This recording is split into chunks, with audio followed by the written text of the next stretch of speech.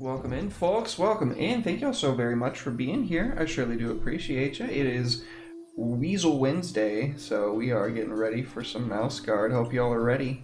Thank you so much for being here. Before we get started, you can get 10% off a DMDM Studios custom dice case by using code RPGINN at checkout by going to Ko-Fi.com/TheShadySale. Use that code, get yourself 10% off, absorb the sun, and use it to resurrect your dead foes to slay more dead foes. Ollie, turn things over to you, bud. Thank you, my friend. Hello, everyone, and welcome to Mouse Guard: The Frontier. So, let's go around the table and do what we always do, which is a recap of what happened last session. For those of you who don't know, this is a Mouse Guard role-playing game campaign using the official Mouse Guard. This is technically Mouse Guard first edition. There is a second edition. It's just the FAQs. Seriously, go pick it up. Luke Crane, David Peterson worked their asses off on this. It's well worth it. You haven't picked this up? Pick up the comic books. They're fucking great. So, now that I'm not sponsored by them, but wanted to shout them out because they're that awesome anyway, who wants to go first with what happened last session for Fate or Persona points? I got started on having the Vicar's skull made into a monument. Yes. Also, that's the only thing that's really popping into my mind right now, so come back to me. I'm gonna go last because I did the thing at the very end of the episode. It's such a fucking big thing. The reason why Cyanna is never leading Giles again. You're not gonna lead anybody again on this fucking road. Like, oh man. God. I had nothing to do with it. I will take no fault and will 100% You're prove technically responsible for me and my actions. So. That's how the diffusion of responsibility They goes. know you, Giles. I'm pretty sure that Gwendolyn is going to believe Cyanna when she Cyanna, said you're full of shit. You're he fired. did. Oh my god. Here's the bus. Here's Yeah. Giles.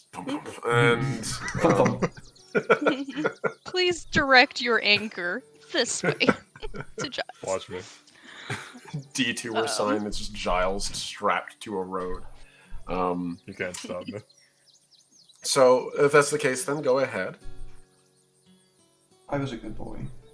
I didn't go off the beaten path, and I did what Simon told me to do. I remember that part. Even though I thought about not doing it. I still Because did you it. rolled.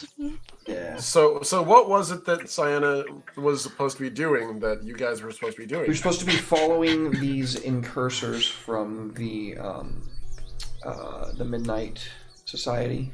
That infiltrated that infiltrated the outskirts of our camp in our newly captured city. We were to kind of hunt them down, right? Is that right? No. No? No, see, this is why you guys aren't leadable. I'm a dog. No, we were We supposed to were- hunt them down. That's what we were doing. That is Not what we hunt were them doing. We were hunting them down. down. No, we were Yes, it is. supposed to Yeah. scout them out Hmm. and not engage And hunt with them down. unless they attacked us unprovoked. That's right. We had to find a course for them to reason to attack us. One of them gave me a Red over here revising history. History is written by the victor. And now you see why Cyanna just said, fuck it, you guys do whatever the hell you want, I'm out of here. I love that. Giles is gonna rat you out before you can rat him out. Be like, you know, she didn't tell me what to do, so I just kind of did whatever I wanted to Red, do. I will fly to Missouri and I will get vengeance on you, not Giles. I love the idea of Giles being like, so I wasn't properly directed, so I instantly did the worst possible thing I could do, and it's clearly her fault. I committed a war crime, mostly because she didn't tell me not to do committing of the war crime. It's entirely her Next fault. time we play, I'm off my head. next session, I'm not gonna be here. Derek's gonna be like, yeah, Natalie couldn't make it, and then halfway through stream, Should've got the behind flight. Red, you're just gonna hear boom, boom, Oh boom. I'm gonna open the door, and I'm gonna be right there. Live on stream. Oh god. Derek knows where you live. I could do it. Oh my god. Derek would sell me out. I'll clip it and I'll send it into like Stream Fails. It's like a found footage. I'm just like running in the woods, running away from Natalie, like through the hills of the Ozarks. Well, I just have in my head just this, God, I'm just walking. I just have this image in my head now of like it's just Giles unsupervised, and then it just cuts to that scene from Call of Duty where the Russians walk in and mow down the airport. It's like I thought I had no direction. It was the most sensible course of action. Like, okay, so yes, there was a massive convoy of troops heading from Gauntlet, the center of Midnight's Empire, towards Serpent's Run, the place that you all had just finished securing, with a great deal of effort and blood and sweat and tears and all that fun stuff. Yes. Speaking of, what happened next? So there was this cool rock, right? And so it started raining, and Giles was just like, I couldn't fake an avalanche under any other circumstances because people would get wise to it. Even if it was like particularly windy, that doesn't particularly cause avalanches. But it started raining, and Giles is just like, I could cripple their forces, or at least distract them for a time. And Giles was like, whoops, there's a rock there, and now it's no longer there, and it's rolling down the hill at like Mach 10. And Giles didn't get caught. He just like met back up with the group, and is just a little bit winded, But Didn't get caught to his knowledge. back in Wolfram, we call that skipping stones. just love the Giles on microphone. Oh, the humanity, the terrible, incredibly justified humanity. As I feel nothing but the utmost guilt. I feel my heart is broken. No, it's funny. It was really if funny you to could watch the ever story. forgive me for such transgression, I don't know how I'll ever forgive You ever myself. mash a bug and see its legs twitching around even after it's dead for a sure? That's what they was doing. That was peak comedy. I love that. So okay, yes. So you guys were sent to track this convoy down and see what their intentions were. And I did a really funny thing. And Red took it upon themselves, turned it into an attack, and unleashed an avalanche upon them, and scared away before he thought that he had been seen or not. So, as I recall, that I dice rolled roll really well. As I recall, that dice roll was extremely dubious, and you didn't know for sure. So, Omni, it is Wonderful Wednesday. Treacherous Tuesday was yesterday. Weasel Wednesday. I don't play on Treacherous Tuesday. So, I do. yeah, this is gonna be interesting. All right, so You know me, just committing atrocities. just casually, and yes, If so Derek Aaron, wasn't as I gonna do it, I recall, would. was the commander of that mission, as I remember, right? You were appointed by Yep. you were appointed by Gwendolyn to lead the that part of the patrol, correct? She was, wasn't she? Something big happened with Sienna last session as well. It was certainly like the session before, but it was in that zone. I'm taking over for Cedric as patrol leader, Mm-hmm. and Is- now I'm a higher rank than Giles, and he's below and beneath me. I'm in my own game, woman. Yeah. I'm in my own playing field. You're in the Pee Wee leagues. Yukon immensely enjoys watching them bicker. This is the real thing Ducon's been waiting for. He's like, I believe mice and weasels can get along because look at you fight, Yeah, you're exactly. just It's weasel. Like, oh, it's like my brothers and sisters back home. Great, cool. It's like everyone else, like, God, this is like Game of Thrones. I know, it's just like coming home. It's like a family reunion. Hell yeah. All right, I feel like you guys did a pretty good job with the summary there, so I'm going to give each of you your choice of Fate or Persona, your call. And again, for those of you in chat, Fate and Persona can be used to re-roll rolls, add dice to rolls, or explode sixes on a die roll into more potential rolls. This is really pivotal, because in this game you count up successes and you subtract failures. Failures in this game are called traitors. They are -1. They are the roll of 1 on a d6. So keep an eye out for that. If you see a fuckload of 1s, somebody's having a bad day. All right. Now that I think we're there, let's return to the expedition. So, I believe I left off with you guys disappearing into the brush after Giles yeeted a bunch of rocks at this caravan. I love hucking rocks at people. I mean, it is dubious fun, for sure. It's nothing just- better than hucking a rock at your good friend. As hard as you possibly can. So, and I will share that with the players. There we go. Yes. So, Serpent's Run. I'm going to say, I believe it's 6 for this. It is. It's 6 for this. Going to make a little in-person dice roll here. Oh. Okay, interesting. All right. So, as you're all heading back, Sienna, do you go straight back to Gwendolyn and the Mouse Expedition at Serpent's Run? Or are there... Absolutely. And as soon as I'm in front of her, I'm like, well, we're back and where did Giles go? Could have sworn he was just behind me. Do you guys remember the last time we saw Giles? It's been a while. I'm right here. So, There's no way you caught up that fast. Bullshit. It didn't take me that long to. So, to I'm going to knock her say, off of it. as you were heading back, the storm did in fact pick up, as I had mentioned. It got incredibly rainy really fast. And it was the kind of thunderstorm that makes you wish you had a poncho. Oh, wait! All the mice in the mouse car wear cloaks. I wonder why. Maybe this is why. And after a great deal of storming, and about a 2-hour hike back, you all make it back at the same time. So, are you actively trying to leave Giles behind? Yes. Okay, Fine by Giles. me, I'll just go on my fucking spirit journey through the flooded woods. Giles, you and Sienna need to make opposed health rolls. Oh no. I wish you luck, little mouse. I will say, if you have any rocky terrain-wise, this can apply to it. Oh, good thing that I do. Good thing that I don't. Let's see here.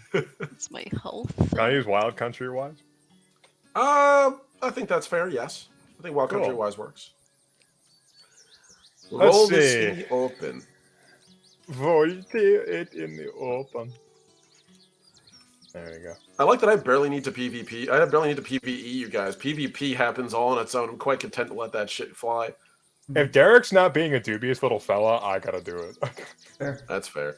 Oh my Holy shit! God, Natalie. Diana over here, Terminator sprinting through the woods. Jesus I love this. God. Not today, Giles. You I don't- thought. I don't know if I want to roll anymore. Shouldn't I love have it. I talked wish back. you luck. Yeah, Ducon's just like sitting there, Fucking- like watching them bicker back and forth, and then Sienna just like takes off like a lightning bolt, like holy shit. Just like, Tom, let's go. Ducon, keep up if you can. I don't actually know if I even want to roll. It is your business if you want to try. Yeah, that's 1, 2, 3, 4 successes, and you have 1, 2, 3, 4, 5, 6, 7. 7 successes. An I'm actual- actually not too far off. You're at least 2 degrees of success off comparatively. Yeah, Like I'm not gonna challenge it though. This is player versus player stuff. That's no fair. fun. Yeah. Sorry, you're 3 degrees of success off. Holy shit. Also, I burned Um, like most of my fate in Persona last session trying to like not get caught during the rock slide that I didn't cause. That's very fair. So, What a rule. yeah, seriously. The fates were on my side because they know that I'm right and he is wrong. So, Sienna. Okay, Bill O'Reilly. This is the no spin zone, Giles. You're fucked. Oh, get it? Okay. That's Noah's- It's Noah's probably it thing speaks he to said. your character that you don't. Actually, I will give you that. I can't stand late night talk shows. No, So. Bill O'Reilly's a Bill white O'Reilly's a supremacist, show that my dad sexist watched. piece of shit. Yeah, taking 2 seconds to dunk on him. Dunk. Anyway, so Sienna. Okay, we're doing it live. That's the only thing he's ever done that was funny. And it wasn't even intentional. So you seeing Giles turn back and start fiddling with the stones, I'm gonna assume, and you know what? This is how I'm gonna spin it. You are filled with just an incredible amount of not even outrage, just indignation at this. You, We had on orders. principle, this is your first command. Everything went smooth. You could be in and out, no problems. And here goes this fucking Hey, sorry, this my loose cat. cannon maverick. You're good.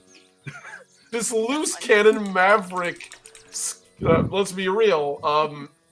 Crazy mouse, and just complicates it up needlessly. And your first impulse is just to go, fuck it, let's go. And Yep. you hard march everyone back. Like, full committed sprint march back. Those Just so that who- you're not a part of it. Those who fall behind get left behind. That's alright. I was one leading most of the expedition out here anyway, so Sorry, I gotta separate my cats 1 second. You're good, you're good. separate the This is a fool. perfect moment for me to talk to you, Giles, about the consequences of that roll. Giles. I do as- not heed the consequences of my actions. So, Giles, you doing all this, everything happened at the end of the last session just like you thought. You went back, you pushed the rocks after a lot of jostling and finagling and trying to make the avalanche happen and nearly not happening. You do it. You manage to create this massive cataclysmic tumble of rocks. You even hear a couple of mice scream, a large splintering sound as it shatters what has to be a couple of the wagons that were down there. And you manage to scramble and skitter your way up before you think you're noticed. And as you go to rejoin the group, you realize they're fucking gone. And all that's left is tracks. And the only thing you can think is that they motored. And you, I assume, are trying to keep up. And as you do, the weather continues to intensify. It becomes abundantly clear that mud is extremely hard to hike in, a thing you know. But it becomes obnoxiously obvious.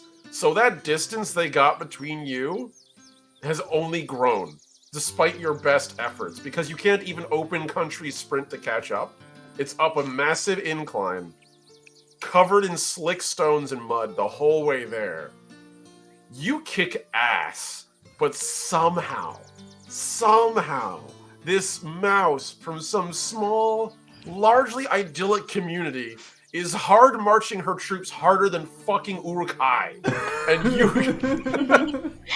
I'm better, I'm faster, Stronger. I'm stronger. Now, I am gonna say, Dukan, Yes. do you wish to keep up with this pace? Oh no, I don't give a shit. All right. Bye, Felicia. So- I'm I'm just gonna impressed s- by this little mouse. Like, god damn, they can really get, huh? If you try to... You probably looked back at Giles to gauge what he's doing, and then when you look back to Sayana, I'm like fucking halfway up the mountain already. Fucking Simon Belmont just like pumping the arms like this, going Yeah, like it's just the full-on, like, Terminator run where it's just a little too stiff and way too fast. Actually, I like to imagine she looks like one of those grandmas power walking at the mall. Just Yes! Oh, I love that, yeah. That With the made little, me like, fastest 2.5 mouse. pound weights in their arms. Yes. yeah, it's like, why are you walking so fast? You might as well just run at this point. The 80s power walk with the leg warmers. I know exactly what you're talking about. all I can think of was the dancing grannies thing, and they just all start like wiggling in chairs and screeching. It's really funny. I'll have to see So, if I can find that so I don't sound like such a fucking freak. so the speed at which she hard marches you back, Dukan, I'm gonna say you probably get back like 4 or 5 minutes afterward. Like literally the speed at which she's marching her troops, which again, it's like a total of there's like a total of like 7, 8 of you total, I think, because it was a small group of mice. Green Fang, you, Red, and the two troopers from Wolfram. So yeah, it's about Jeffrey and 9. Janet. Yep, that's what I'm talking about. Yep. So you have a pretty sizable force here. Dukan, you kind of Didn't- get left didn't Cole behind come? too. Didn't Cole come? So, Cole, I believe. Yeah, I believe also Cole had some came. mice too. Yeah, you did. Yeah, I That's think right, I brought 'cause it some was- auxiliaries, didn't I? It was Cole, Thumb, 2 guards from Wolfram, Green Fang, the 3 of you. And And there's one I thought I more. brought what's its auxiliaries. face? You might have brought 2. I think you brought 2. So it was like, I think, yeah, you brought 2 extra auxiliaries. So that's like a total of 10. Yeah, I think that's what that the total sounds about is. So, Toffrin, that's who I brought. Toffin, yes. Oh that's yeah, right. the honey boy. So 11, actually. So yes, you brought a fuckload of mice. Basically all the named characters and a couple non-named characters for good measure. And you brought them all up the mountain and on the way back. They are all pushing hard. I'm going to make some rolls very fast, very quick, just to accommodate them. They all got to bear witness to this Two. little invite. 3, 5, Palpable fear. 6, 7, 8. And that should accommodate. All right, you're all getting behind. I'm basically looking for people who succeeded. So that is 1. Jesus. Okay, so that's 2 and 3. Three of these folks. I'm going to say the 2 auxiliaries and probably Tophram. Because Tophram's a little soggy around the middle. Like, for as far as a mouse goes. He's getting better, but he's still a little out of shape. I hate that term, soggy in the middle. That's just awful. I hate that. I'm Well, so it's true. sorry. He's wet right now, so his fur is definitely Yeah, it's soggy. double entendre, of course. It's only the wet. They get left behind a little bit, like literally just like, just like pantsing. As the rest all manage to get there, they eventually catch up and they make good pace with you. Dukan, I'm assuming if you're just making good pace and you're not necessarily sprinting back at this like breakneck speed, you probably arrive like 3 to 4 minutes after. That's fine. So, Red, Giles makes it there probably 15 minutes later. So, just from the sheer amount of pain in the ass that occurs. Thankfully, you didn't roll badly, so no one got, like, seriously hurt. Or Anyone anything smell in this that? march. Smells like spite. Oh, you can smell that on yourself? I was gonna mention it. I can smell rocks on myself. Now, I will say, while the whole patrol gets back up there, Toffrin and those 2 militia mice actually have the exhausted keyword now. Because that's how hard they were marched. Can I get a rocket stone? If you so- don't rock and stone. Sienna, You ain't coming out. Sienna, you get back to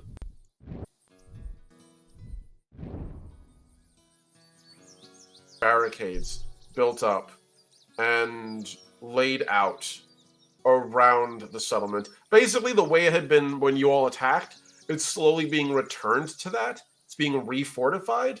You can see a number of Mouse Guard, a couple of Hedgems with their big, like, black powder artillery poleaxes, even a couple of weasels hanging around. Even Terrell the Bright is hanging out, which you can see Terrell is right by Modi, Raphael the Hedgem, and also by the command group, which includes Saxon, Gwendolyn, and Cedric at the moment. You can even see the giant, or I should say one of like the ships. All the tortoises are on the far side of Serpent's Run, hanging out in the grass, hunkered down. So only their artillery and their archers can be seen. But like, the fucking Invicta, the giant like walking mouse ship, is like in the center of the settlement like a giant turret, just posted there. And when you get back, you can see immediately like a runner runs over and sort of like waves you over to where Gwendolyn, the matriarch of the Mouse Guard, and these folks are arrayed.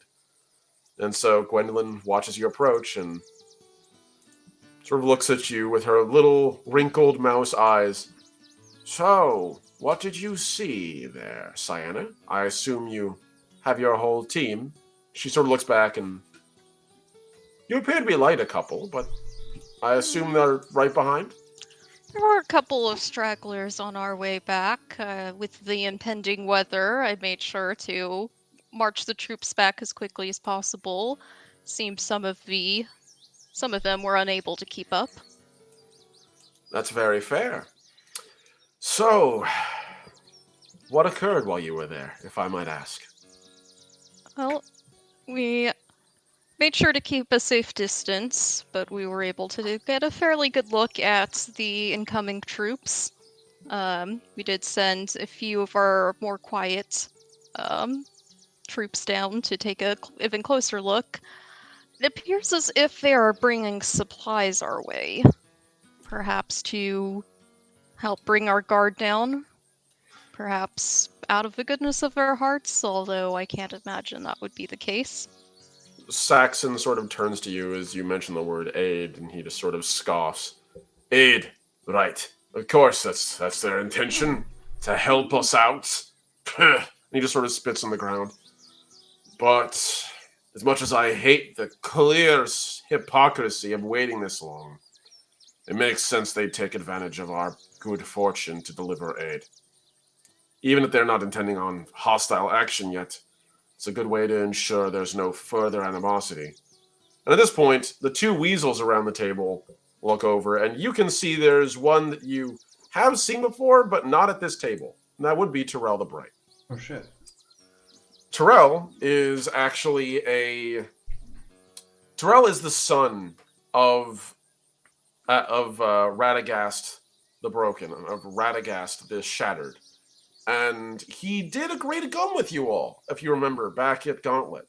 He's been relatively quiet this whole time, largely keeping to the command tortoise and avoiding the rest of the expedition. But finally, it appears he's comfortable walking around outside, even though he does seem to shirk away from every mouse that approaches. He's clearly still getting used to being on par with them. So, also thank you, Neutron. Thank you for the biddies, dude. Thank you.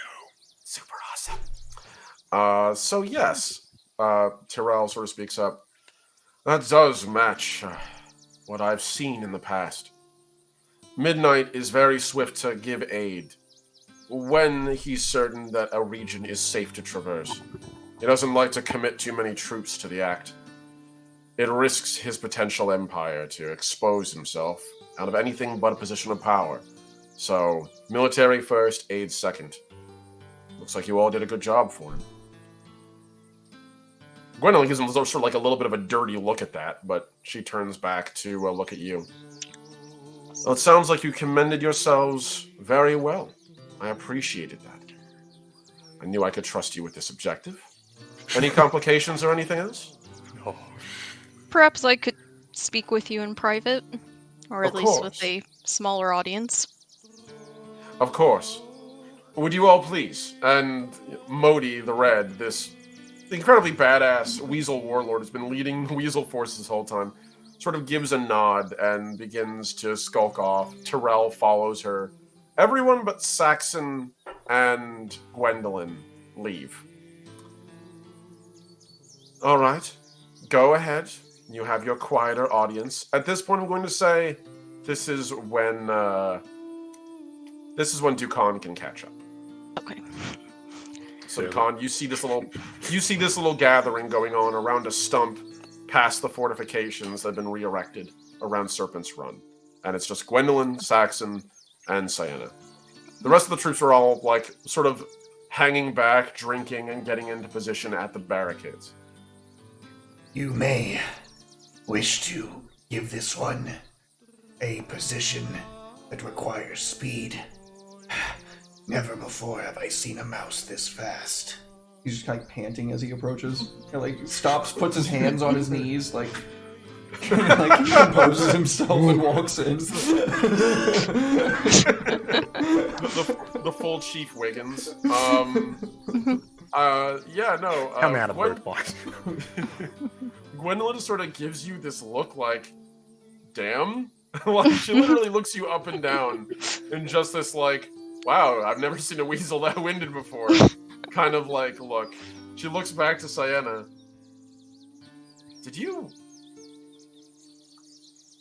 How hard did you march your troops? You were fast. I will admit, I didn't think you were...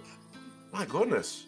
And she just sort of looks around the corner and sees the rest of your troops kind of just all chugging water skins and just sitting down, being all right, I'll make a point of that. Thank you, Dukan.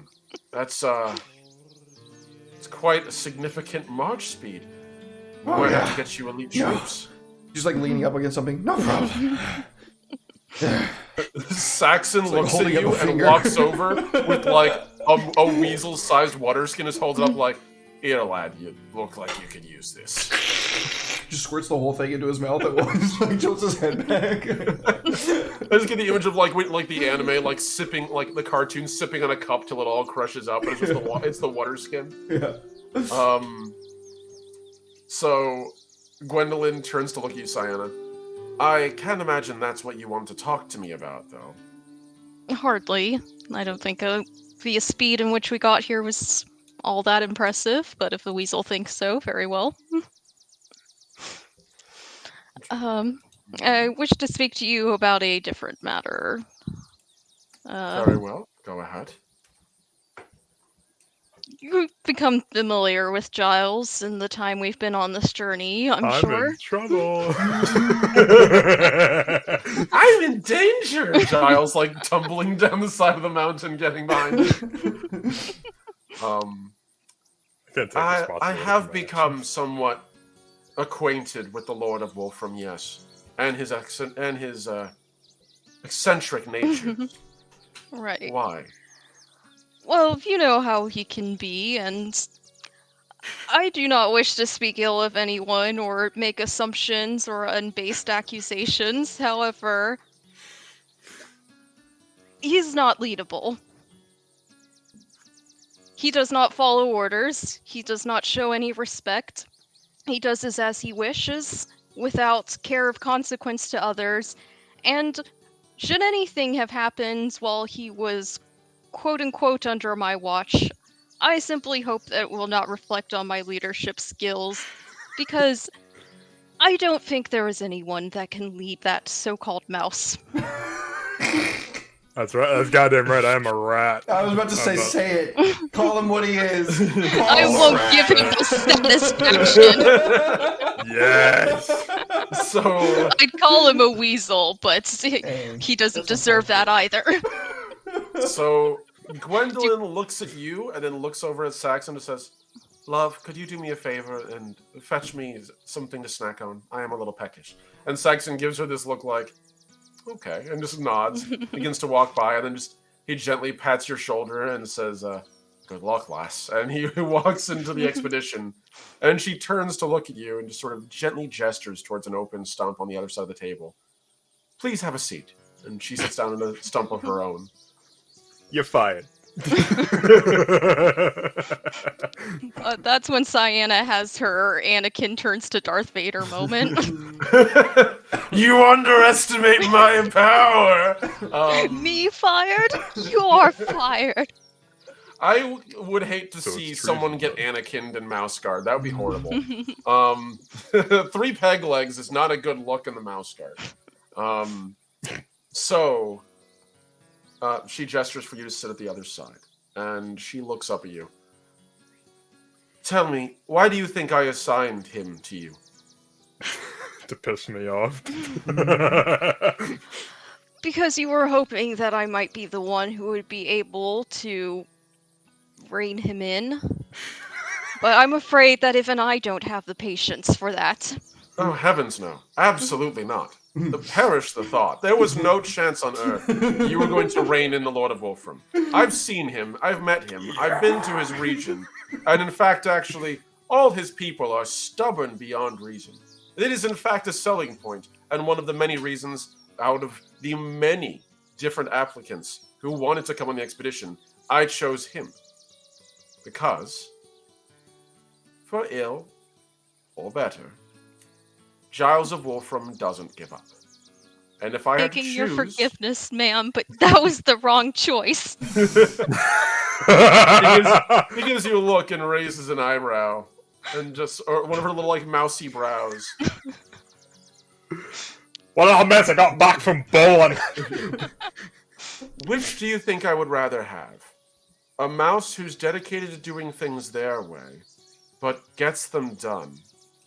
Or a mouse who, facing insurmountable odds, many leagues from home, would rather abandon the enterprise and return, or worse, turncoat and attempt to seize the expedition to forcibly return it home? Which do you think I'd rather deal with, insubordination or outright treachery and cowardice?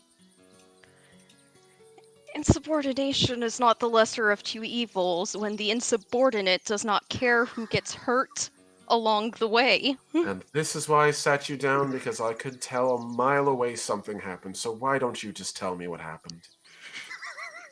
Oh no. He will not hear that I spoke to Euphis. Oh, she's about to snitch so hard. You gotta walk. It's like right behind you. Like with the I just look over her shoulder and you're in the bushes, just like, Just Giles Ramboing through the bushes with mud all over his face. So dare she looks at you with this flat-eyed expression. I'm the matriarch of the Mouse Guard. I answer to no person, and I ask all of you to serve not me but the god. If you wish for me to keep in confidence what you're about to tell me, I will. However, I will find out what has occurred.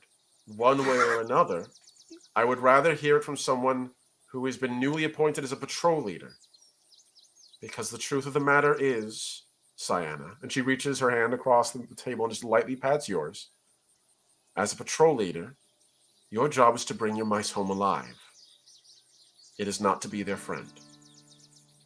You can be both if you try, and if you're lucky. But duty must come first. I will avoid telling him of this. However, Rude.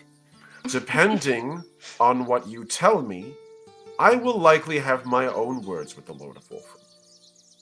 Because if it's enough to infuriate you so bad that you hard march your troops through uneven terrain and even make a weasel winded, it had to be something significant. I'm literally seeing Dukan like off to the side with like the X eyes, like a fly over the top of him. He's like actually dead. Once again, I have no wish to see harm or punishment fall to anyone. And I must confess that I did not see any insubordination occur. However, there was plenty of talk of it, to the point where I made it known that I no longer cared what Giles chose to do and would be leading my troops back with or without him. Anything that might have happened after that point likely could not have been good and probably resulted in the injury or death of some of the oncoming troops. Her eyes narrow, and that like that gentle like grandmotherly facade just drops completely. What And did he do? It's very much that. Like, The imagery I'm trying to convey is that JoJo's like menacing dread vibe is exactly what you get. And suddenly you become aware of you're not sitting across from just an old mouse woman who spent many of her years and has a lot of experience and wisdom and kindness. You're sitting across from a woman who's engaged in not one, not two, but 3 major war events and led an expedition over thousands of leagues potentially. And in fact, has probably killed more people than anyone you've ever met. And it becomes abundantly clear when she just fixes this gaze on you. And it's like having a hand on your heart. You can feel the pressure as she slowly rises up. Cyanna, I'm going to give you a piece of advice. It's your choice to take it. But bear in mind, there will be repercussions if you don't. You're allowed to have your troops disobey you, but there must be consequences. I gave you a very specific order. Your troop was not to engage, unless engaged upon. Did Midnight's men attack your group? they did not. They were not even aware we were there. There was no reason to engage in them whatsoever. And Giles, you believe, committed to an attack. Do you have any reason to believe this accusation? You may ask the weasel. He tried to rope him into joining him. I ask you. You are patrol leader now. This is your duty, not the weasel's. Modi merely can talk to saying- him. The weasel can confirm that he did, in fact, speak of causing an avalanche. An avalanche is, and it is snowing. This would have been Rockslide. I know what a rock slide is. I said avalanche because that The sounds more fucking weasel impressive. just got technical on your ass. You get fucked. Actually. Oh, it's actually a yeti, not a Bigfoot. Not a It's in the Sasquatch. It's actually snow. pronounced Um, Yitai, actually, if you do. Oh my god. Thank you for ruining my dramatic moment. That cold-eyed stare remains on you, and she looks over for a second over to Khan, and then satisfied looks back to you. Were you seen? I can confidently say that none of the troops before you right now were seen. Any that are not currently present for, I cannot speak of. Was Giles not a part of your assigned patrol? He was, and I failed in my mission. You didn't fail in your mission, you failed in completing a part of it, but unfortunately, it is a pivotal part of it. So my advice to you is this. The Lord of Wolfram may not be always reasoned with. You need to sometimes make it a passionate and personal decision on his part to do what you need him to do. But even if you're not capable of that manipulation, I offer you an alternative. And she reaches under the stump and pulls out a pair of heavy metal shackles and puts them on top of the stump. The next time he does this, arrest him. I don't wish to lead him ever again, but if you insist upon it... You will. Because I cannot babysit him. Oh, and so the task falls to me, then. It does, because Cedric managed to keep him somewhat in line, partly, and his people require him, and eventually he will be the leader of a settlement. I cannot kill him. His men are too loyal, and frankly, I have no interest in slaying a mouse this far out of our territories, surrounded by adversaries. So we will keep everyone alive that we can. And if we have to, you can make me the bad guy. I don't mind. I don't need to be friends with any of you. I merely need to get you to a new home. After that, I can gleefully retire into old age and practice crochet as Saxon's always asking me to. If it's Until all then. the same, I won't take the shackles. I will lead him again, and if he does not obey me in the future, he won't be returning at all. And You it will won't not be kill him. by his choice. You will not kill doesn't him nor have to exile him. Kill him. You will return him. If he has committed such a grievous crime, he will answer for it. I will not have Midnight's accusations of us being executioners validated. I understand what I'm putting on your table, Sayana. I'm doing so because You Cedric... do. I do, because Cedric spoke very highly of you. And you're capable of leading people. It's obvious. I have high expectations for you because I know you can meet them. You just told me you didn't expect me to be able to rein in the mouse. Now I have the expectation of doing so.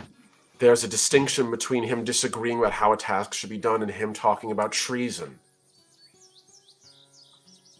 You know that. All I know is that it is up to me to be the bigger mouse and make sure that he doesn't make mistakes. While he is free to do whatever the hell he wants, while everybody else has to pick up the pieces that he throws around. Oh, don't worry. I'll have a Sorry, conversation no when he bladder. comes back with whatever is left of his equipment. I can't imagine it was easy to start an avalanche. When he does, we'll have a much less civil conversation, him and I.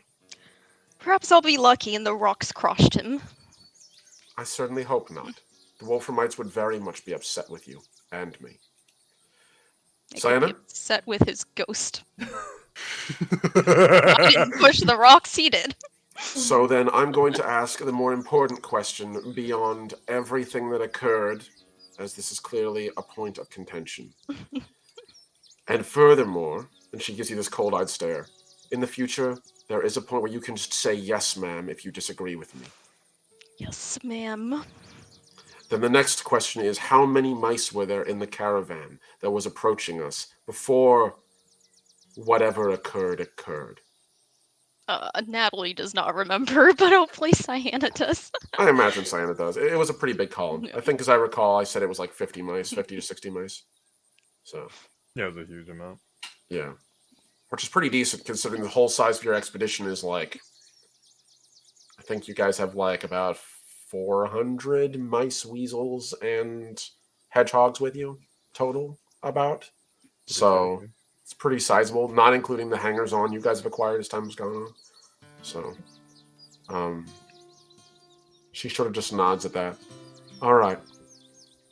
Sienna, I'm going to relinquish you. You're going to do me a favor, head back to your tortoise.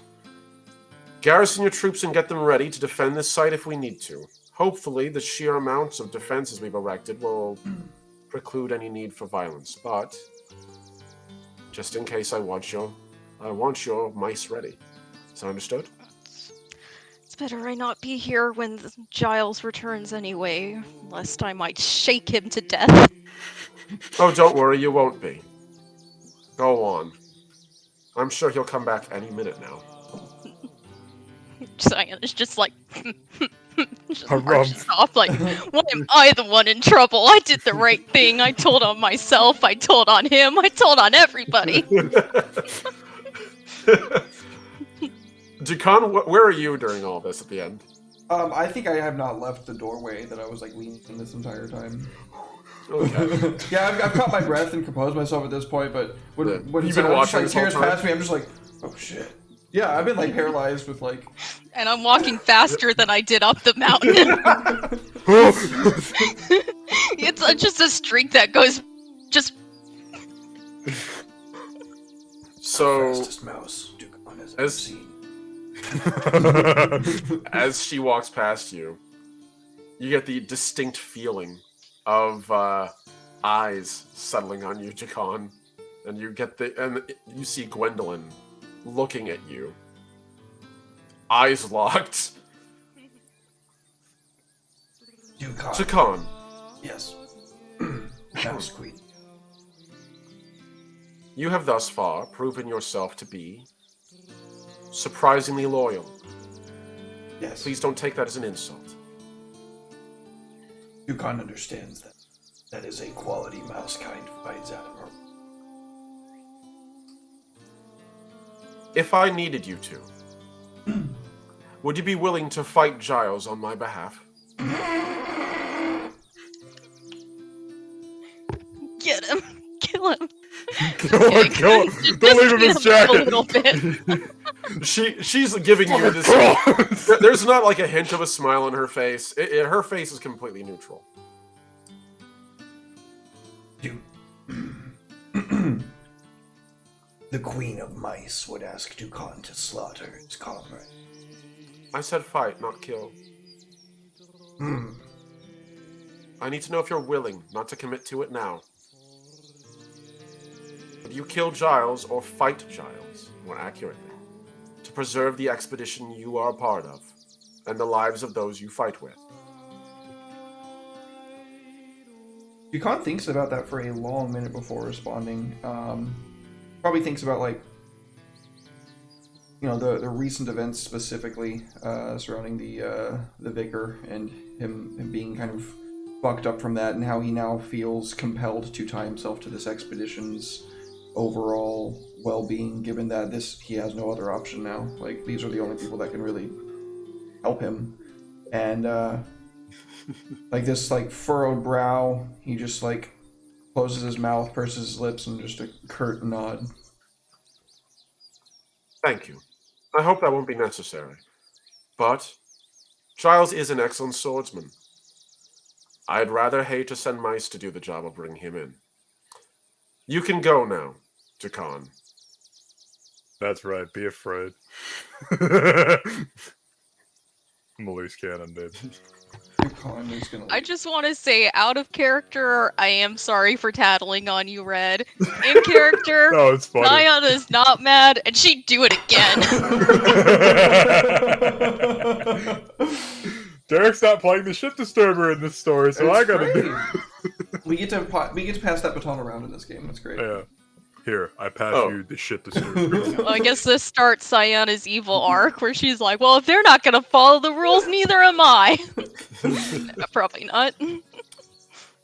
So go ahead there, Derek. Yeah, you can give me your points. You can give me your points there at Boys in the Baltic Star if you want me to win. Yeah, I was gonna ask what Biff meant because I genuinely don't catch what Biff. Biff Tannen, let's make like a leaf and get out of here. Go ahead, Derek. Oh, I was just gonna say I'm gonna go get back to work on my monument.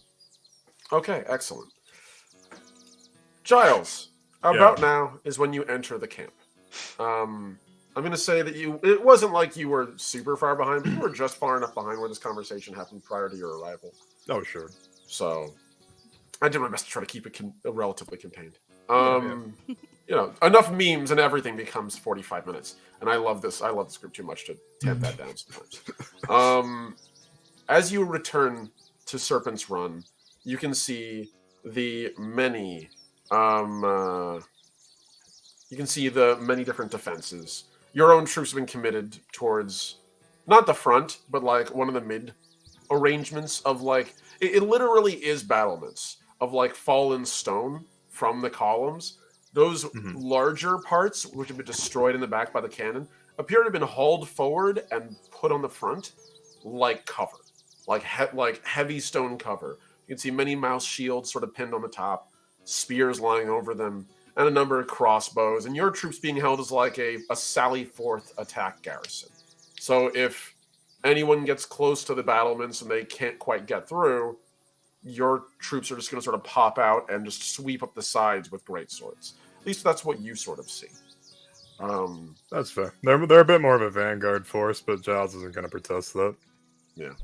They're definitely being used as a counterattack force, which is about as good as you can get in a defensive war. Yeah.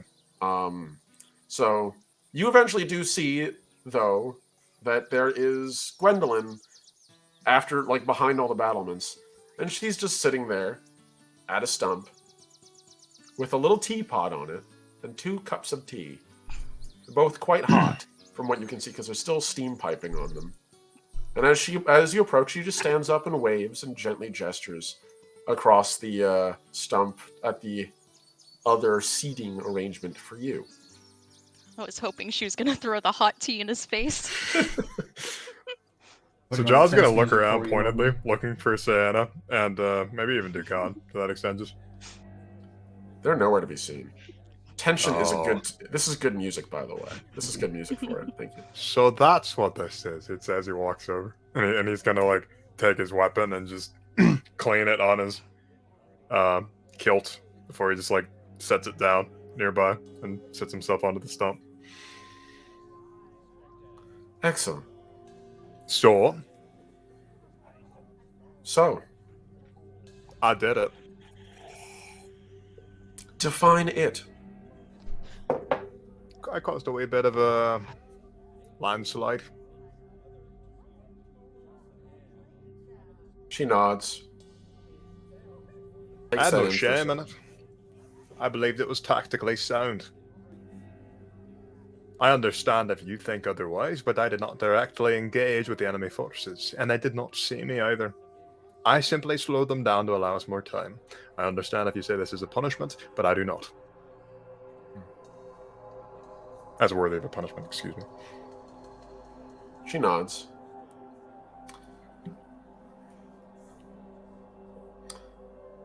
Giles, do you know what Midnight told me when we cornered him at the top of Lockhaven that night he led the rebellion? He told me that he believed the Mouse Guard was ruled by the weak, incapable of doing what must be done to protect the Mouse territories, that the Mouse Guard should rule like tyrants, that we should put to death our enemies, claim the territories as fiefdoms, and actively militarize to keep the predators out.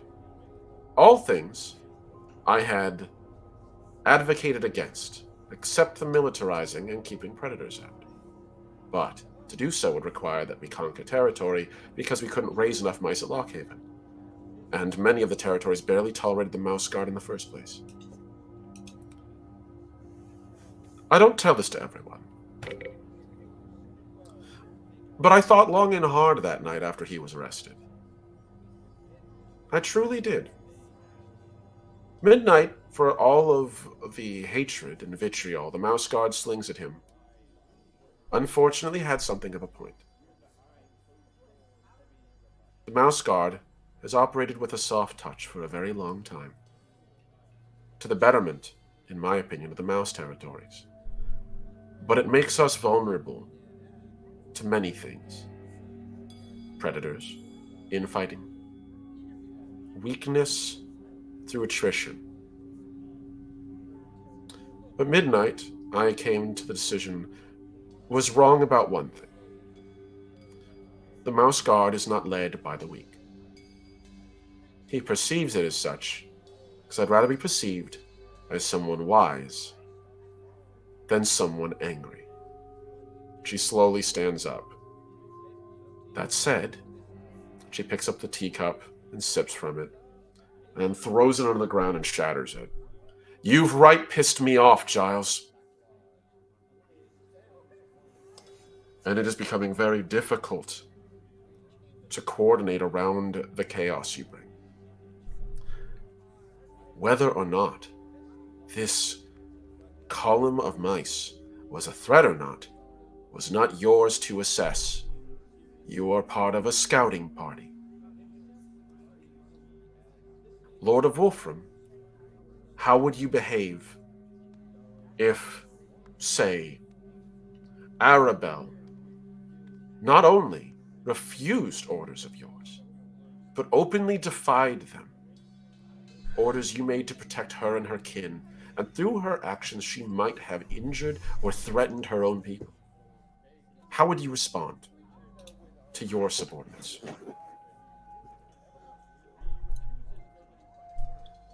Depends on the result. If she failed, and she did bring harm to people, I would be furious. But if she saw an opportunity, risky it may be, and succeeded, I'd still be pissed, as you are now. But that's just it with war. If you see opportunities, you take them. We are not yet at war, Giles. Oh, come now. There's 3,000 marching at us and you don't think we're at war? 3,000 or so. She slowly stands up and puts her hands on the table, sort of leaning forward. Giles, I was told it was an aid caravan. Do you agree with that assessment, or do you believe Sienna blind? It was an aid caravan full of soldiers. There's only so much aid you can get. If it was an aid caravan, there'd be a small amount of soldiers and an escorting force. I know what it looks like. You do? Then it isn't unreasonable, then, to imagine that coming through these wild territories, they might arm them more?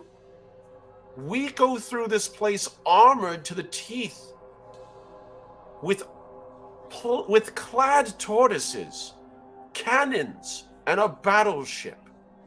And you've seen how close we've come to losing the expedition more than once. That doesn't seem unreasonable to you, perhaps, Lord of Wolfram? Fighter of wolves? That we might be properly equipped to deal with the task, as might they? We're not. And more importantly than that, even if you are right, and this was some pretense for an attack, you're certain you have not been seen? Swear on St. Bogdan's Cape.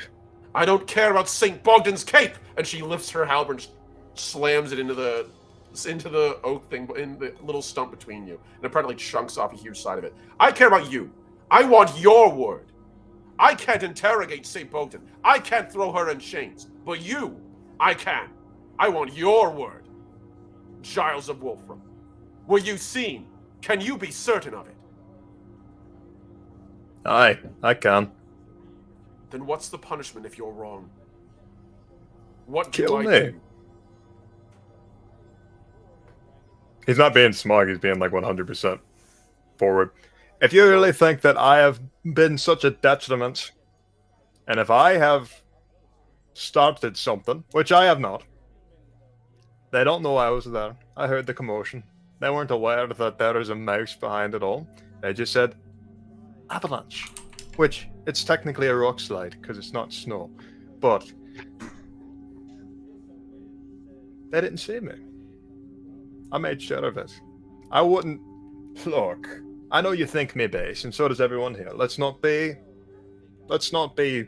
you know, let's not beat around the bush.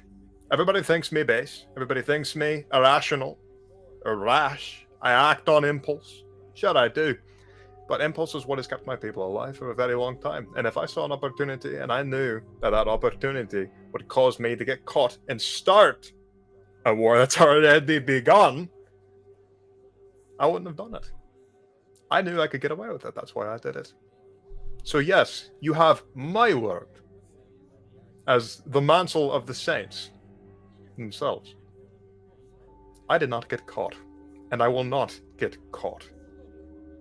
And I have gone so far as to plot in the actual city of Gauntlet. I'm not just a layabout. I didn't just stay back because I could or because I was winded or tired. I have a lot of machinations at work that'll be of benefit to all of us. She holds her hand up, letting you know that, like, you know, she's literally going like, okay, enough talking.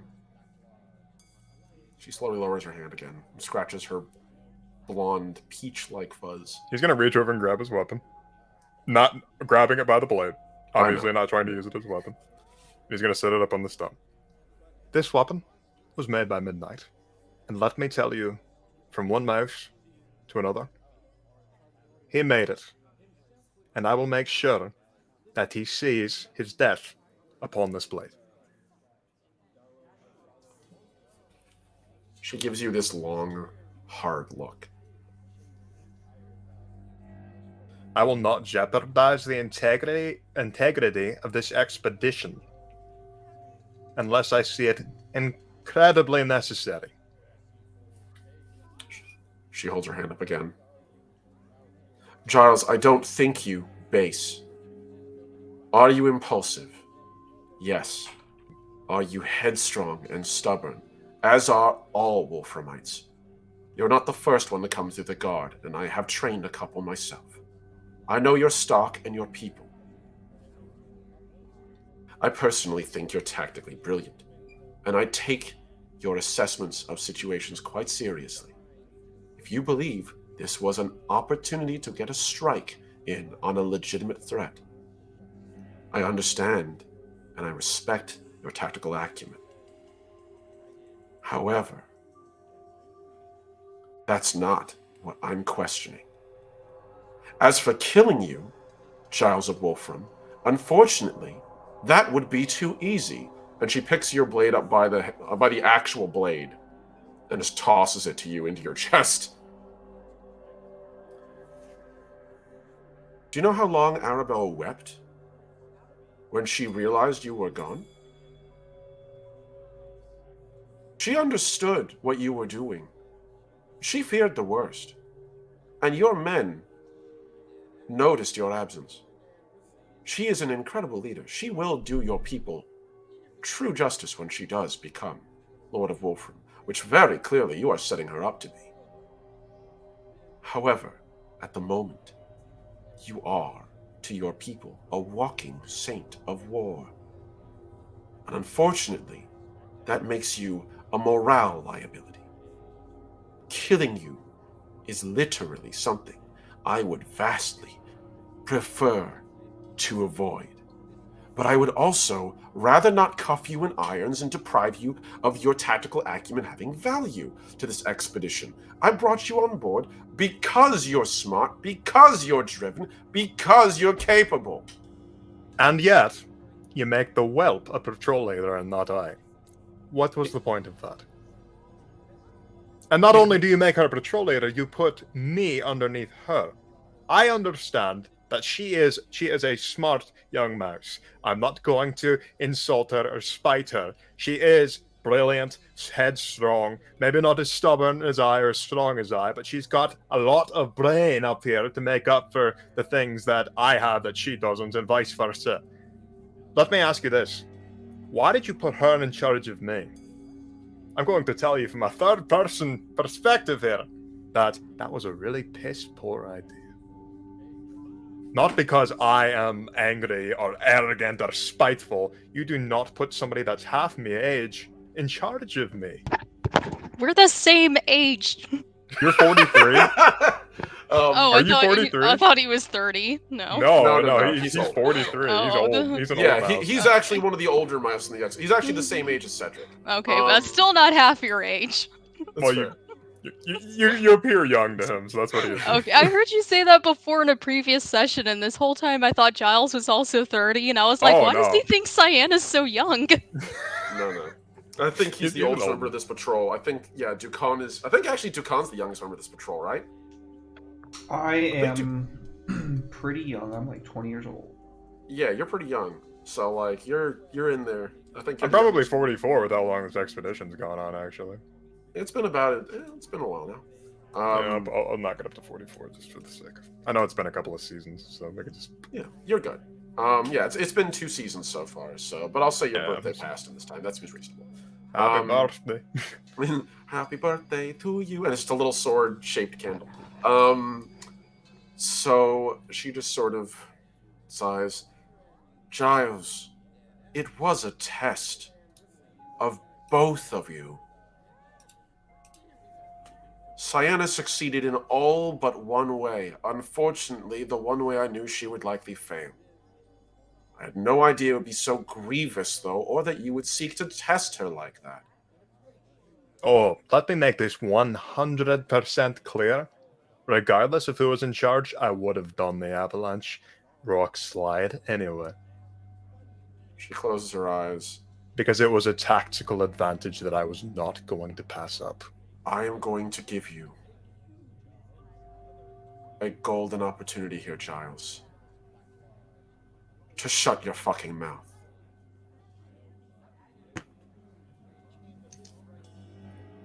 Because if you keep talking, you will force my hand.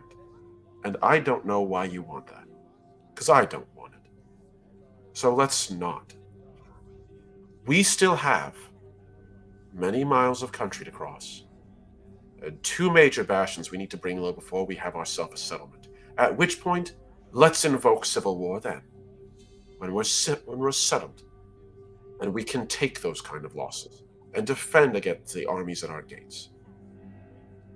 But right now, I just need you to work with me for a little while longer. Now, I knew you were going to be combative, and I knew you'd probably be headstrong, and you would want to talk over her. Cyanna's test was whether she kept her head, despite that. She succeeded, mostly. Though allowing you to perform the act you did, unfortunately, that is negligent, and it does, sadly, reflect on her. It reflects even worse on you that you would do that to your patrol members. Don't punish her for something I did. You punished her, not me. You don't get to lecture me about me treating your compatriots harshly when you disobeyed a direct order from me under her command. It wasn't even her who gave you the order. It was me. I told you not to engage. Her only task was to enforce it. You forced her to choose between a friend, an ally, and her duty, and you. What a terrible thing to do. Your people have backed you up immensely so, and for the record, they have been an asset to this expedition, to all of Mousekind. I'm ashamed that the Wolframites hadn't been given more assets back in the Mouse territory. And you doing this, you coming out here, I know what you're here for.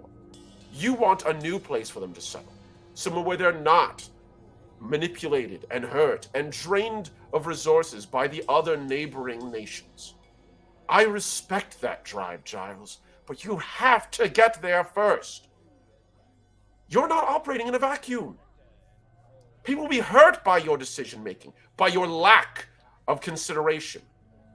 Cyanna could have been in and out at her first mission perfectly. You could have been her advisor, not her rival. Then I'll reconsider my stance. I But hope you do, for Arabelle's sake. I feel Imagine like if that was her. I've been withholding information from you because I wasn't quite sure how to tell you just yet. But since we're speaking, there is an owl in the destination that we are heading towards. I know this by speaking to another owl. And yes, I spoke with an owl. I know. One of my men got injured for it, and I understand that's the breadth of that has damaged the relationship there, and I'm working to mend it, but that is not the bigger picture. The bigger picture is that if we are to dispatch this owl, and we shall anyway, since that is the direction we are headed, the other owl has agreed to help us. I understand that predators only function on certain wavelengths. They take advantage of things and then they move in and keep taking advantage of them. But in preparation for killing one owl, there is another that is willing to help us until we have to kill it.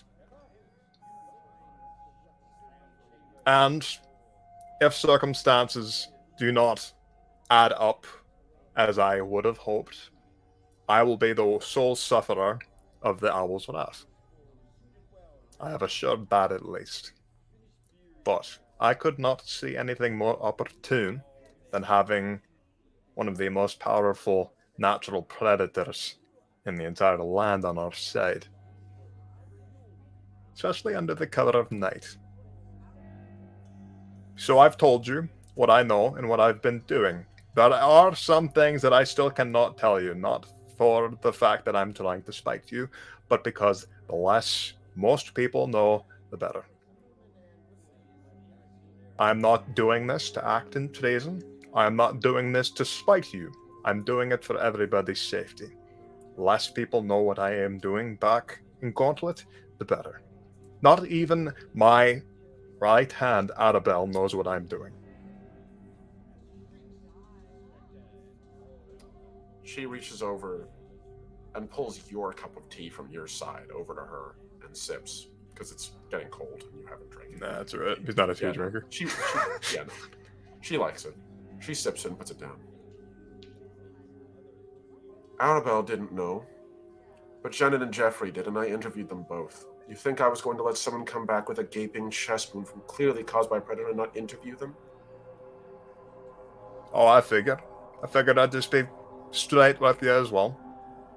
It's one of those things that's delicate, and I haven't really had a time to speak with you person to person. Both been busy. It's true. You didn't. You left to pursue your own agenda, which I have not judged you for, as from what I understand, what you've done could help us. As I've said, Giles, I respect your tactical acumen. In fact, I depend on it. Cedric relaying your assessments has helped me make some very difficult decisions. And a good leader's only as good as their advisors, even if you didn't know it. Giles, I really want you to see your new homeland. I really do. But if you do what you did to Sienna, and to me again, then Wolfram is going to have to operate under Arabelle. I will commit you to penal soldiery directly in my entourage, where I can keep an eye on you. I do not want that. I do not want to strip someone as noble and brave of you of your title, one that is as hard-earned as it is. I don't want to shame you in front of your men and your women and your mice.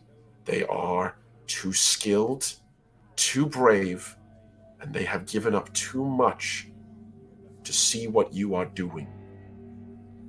So I'm going to give you, against my better judgment, one last chance.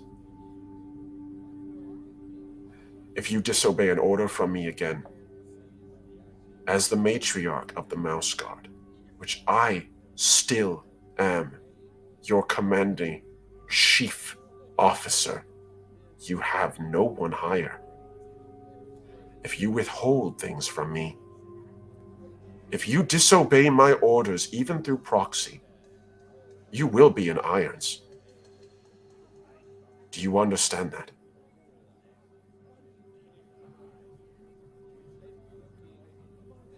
I understand. You owe Cyan an apology. And if you've been spotted, the entire expedition.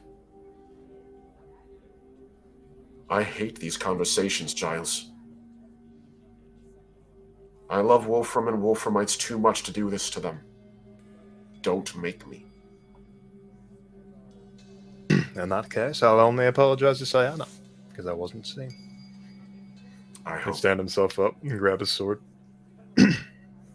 Now go. She just begins to sip her tea and slowly turns away. Literally just presents you her back.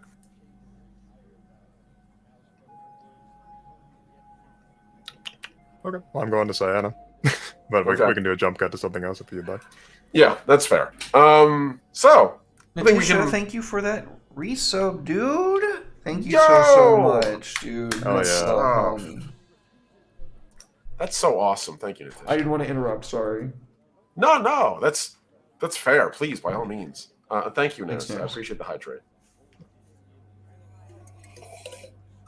So we're about an hour and a half in. Do we need a bio break? Yeah, let's Or- go ahead and go to a break now.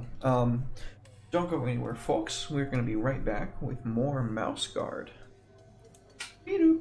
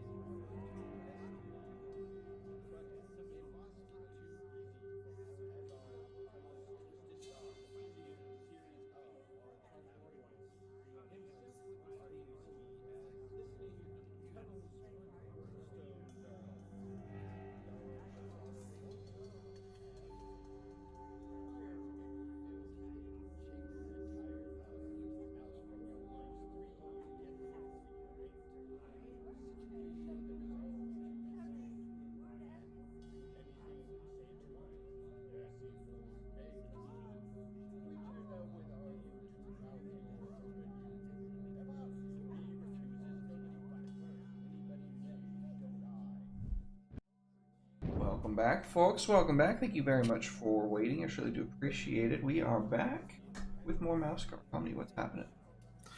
All right. Well, after that extremely tense moment, I'm fine. I don't know what you're talking you guys. Giles is like, wait, she was mad at me? Oh, I had no idea. I just don't understand female mice, I suppose. Oh my god. Arabelle would literally knee you in your little mouse nuggets if she heard that. Mouse nuggets. I'm trying not That's to say foul. mouse balls on stream. It feels weird. We Anyway. literally talked about how mice don't have bladders and they were just shitting in a meeting room. So, you know, Somehow I it's think not it's as fine to bad. say mouse ball. No, that is Yeah. worse, actually. So, My mouth Dukan. tickles. Oh god. Dukan, you're off to Now work I'm really on your gonna kill monument again, Giles. right? I'm sorry. It's all right. You're on the way to your little the totem, right? The thing Yeah, you're the working on? monument that I'm going to be The making. monument. Okay. So you get back. It's been about collectively maybe about I think 3-4 hours since the start of this whole thing, since you guys got your assignment. Mhm. So I'm gonna do a little quick behind the scenes roll. What? Nice. Okay, cool. So, and okay, nice. Yeah. So you get back, and there's a lot of progress that's happening to it. At the moment, there's not nearly as many mice who are working on it. There are still some, you can tell, mostly elderly craftspeople and civilians who are not really trained. Not from the mouse, by the way, the Mouse Guard. Everyone in the Mouse Guard is trained. That's the whole point. That's why you take on a trade in addition to becoming a soldier. You need to be useful and be able to fight. But in this instance, from what you can tell, it's a couple of the folks from Serpent's Run who have started to work on this again. None of the weasels are here because they've all been committed to battle. They're at least the preparations for battle. But by the time you've gotten back, you can see that the head has been, at this point, severed from the rest of the body, and it is currently on the top of a wooden pole, which is in human approximate height to you. Really, let's not. Let's say about half, like your height and again. Your height twice, up off the ground. It's about a little taller than the plinths of stone nearby, which is pretty good. And you can see that it's almost like a maypole. They've kind of got it pinned in the ground. There's still other parts it looks like they're working on, sword processing, but at the moment, like, it's just the severed head. It appears to have been mostly bled out. There's still a little bit of, like, red going down the wood, but the vicar's severed head is sitting at the top and staring blankly at you with gray eyes. Is there anybody else around? There's like one or two other tradespeople in the yard right now, but no one, not really too much. There's like one person out there who's what appears to be twisting little fronds of grass filament into rope, and another one who's there just lathing away at wood. So all the other chunks of snake are currently, from what you can see looking over, there's a large, like, skinned section, and then there's, like, it's been cut like salami so far. So they're currently in the process of, like, going through it. So Dukan is gonna, like, just kind of, like, stop and look up at this pale head. I'm assuming they're leaving it out so that it will, kind of, nature will take its course and the bones will be exposed, right? You're honestly not sure. It looks like they're figuring it out themselves too, because nearby you can see both materials that can be used for curing meat or preserving it, and nearby like lacquering materials and liquids. So it's possible they might try to like preserve the head. Fitty. It looks like they haven't committed to it either way. If they made a decision, they haven't spoken to you yet, and in fairness, you haven't been here for it. So they might have been waiting on you to make the decision. Well, Dukan is going to look for a flaying knife, and he is going to get to tearing the flesh from the bone.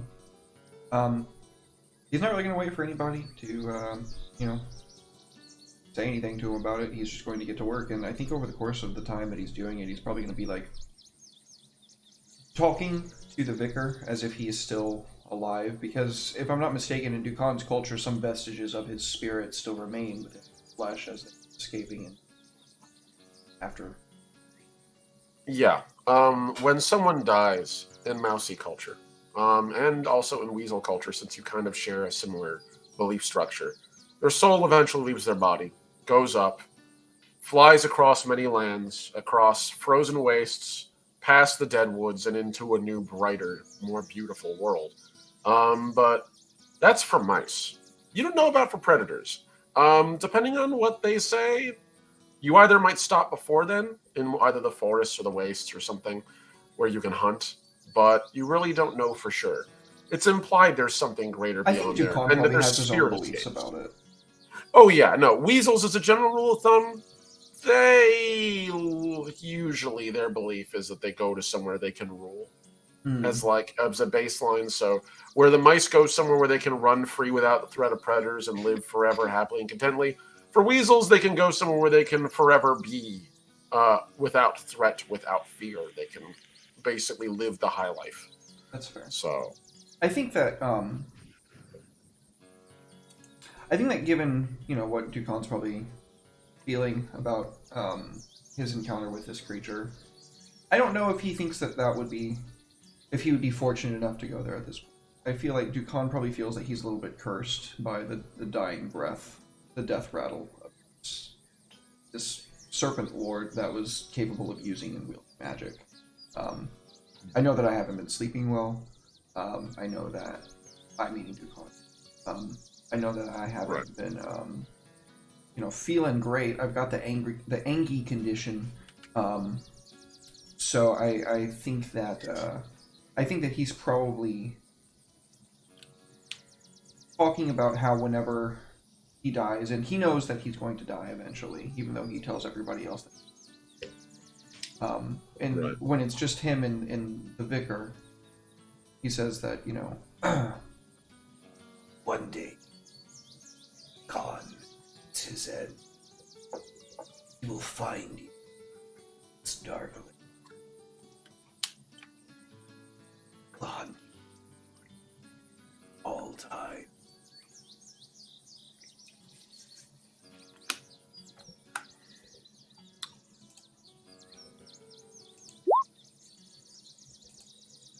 Uh-oh. Uh-oh. Okay. What did I do? What have I done? Make me. I'm going to check this to make sure I got this right. That's right, you're on that one. Make me a will roll. Hey, my will has gone up recently. Oh, fuck! Oh, Jesus, Natalie, what did you do? You lightning bolted over earlier. Oh, my fuck. Don't blame that on me. No, That was pretty abysmal, my boy. You're right, blame it on Sienna, just like Giles did. yeah, that's exactly right. See, this is the one who's in charge here. Well, the responsibility. So she takes charge for our bad rolls. So I'm going to put. Well, then I think we guess can- you deserved it. Command decisions. Some must die that others may live. Check out a fail on that, buddy. I can't. Like, there's no way. Unless you roll a 6 and they all come back 6s. But that's a sacrifice I'm willing to make. Oh my There's god. no way. I pitifully failed that. Miserably failed that. 100%. That's amazingly Yeah. So for a second, over your shoulder, you can swear you can hear almost like this breathy voice just say, "You assume I'm gone."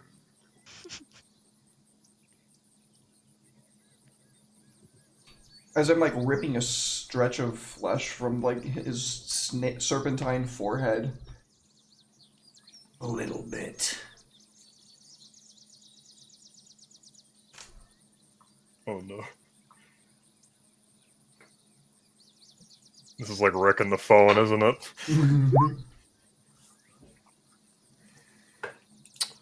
One more. Will. Yep. Ooh! That's almost the opposite. Yeah. Yes, it is.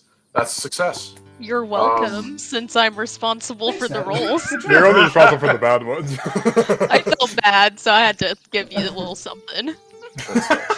That's a definite pass. Generous God. You hear nothing. In fact, you wonder if it ever happened, or if it was just your imagination. When he doesn't hear anything, I think is when he stops for a second, like looks behind himself. Nothing. He looks Just the around. clouds over the mountain. He looks around for Cole. Cole is currently... I'm not going to make you roll this. You can take your time and do it until you spot him. Cole, from what you can see, is sort of gathering with other nearby mouse regiments. They're getting ready to fortify the front section, as that caravan that you saw probably going to be here within the next couple hours. So you can see that he's been gathered over there with a number of other troops. I call him over. Okay. I think you would see Cole just look up at you for a second and then look back, and the patrol leader who's talking to him over there, you can see him just quietly gesticulating, get back in line. And Cole just waves his hand no, I'm going there, and points up to you. And the guy just sort of waves his hand and walks away with the rest of the men. And Cole comes jogging over. Yes, Dukan, what can I do for you, boss? You are no builder. Get up here. And we can pivot to somebody else. I'm going to be teaching him how to start treating stuff. I'm going to say that as you are teaching him, slowly your humors begin to rebalance. You find some semblance and peace in the act of teaching this younger mouse a practical skill. And he seems to really enjoy it. Your anger condition fades. You're officially back to healthy. Can I keep it? Back to, you mean angry? Yeah, can I keep it? If you want to maintain your anger, Mm-hmm. you can. Mm-hmm. Okay. I'll let you keep it. All right. Well, I'm going to give you, for doing so, a persona point. Oh, Pog.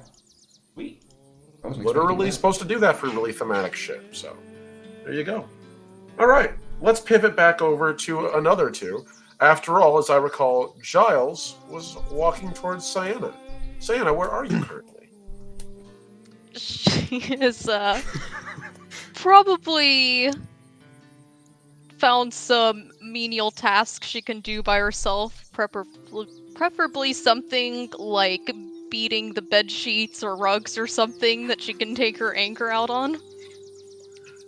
I think the best thing that she could be doing right now for that sort of deal, probably, I want to say she's probably helping chop wood that's being used to fortify the front. Because by where all the stones are fallen, they're taking wood and sharpening it into stakes and lashing it to it at odd angles. So any mouse that runs or any creature that runs at that front of Serpent's the front of Serpent's Run has a decent chance of impaling themselves on the barricades.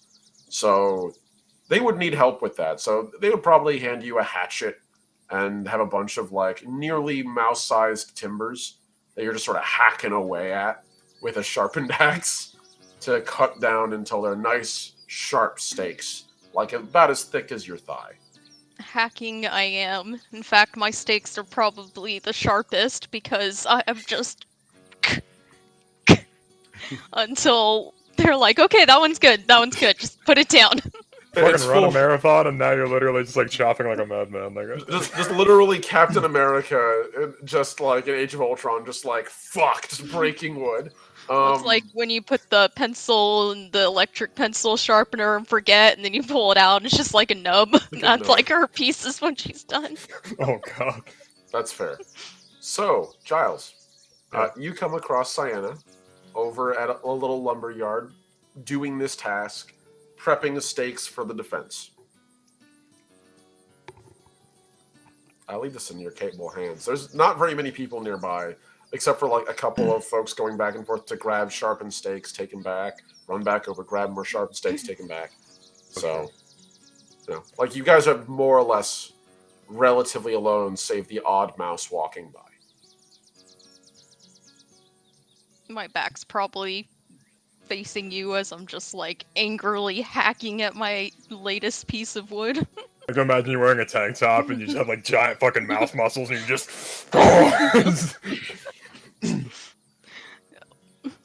I'm probably imagining the piece of wood is you. Just like, this is what I do when I see him next.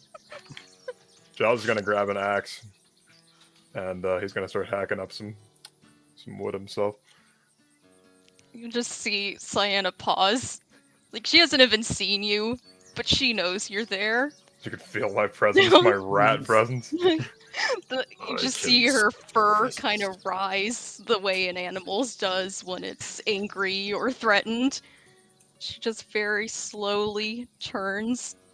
And you've probably never seen Cyanna actually angry before, just mildly irritated, annoyed.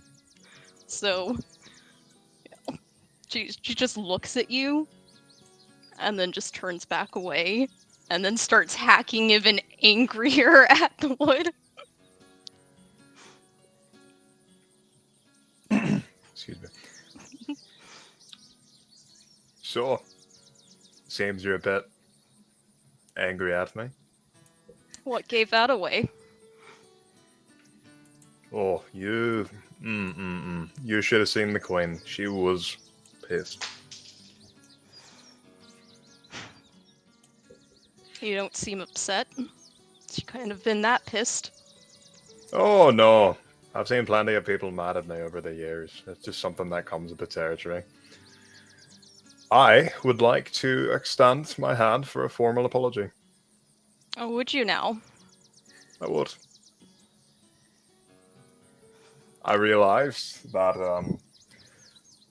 I don't regret what I did. Oh, I of do course not. regret the fact that you are the one taking the blame for it. Giles, if you wish to apologize to me, you can do so through your actions.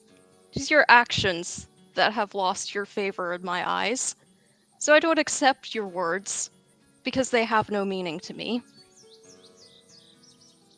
That's fair.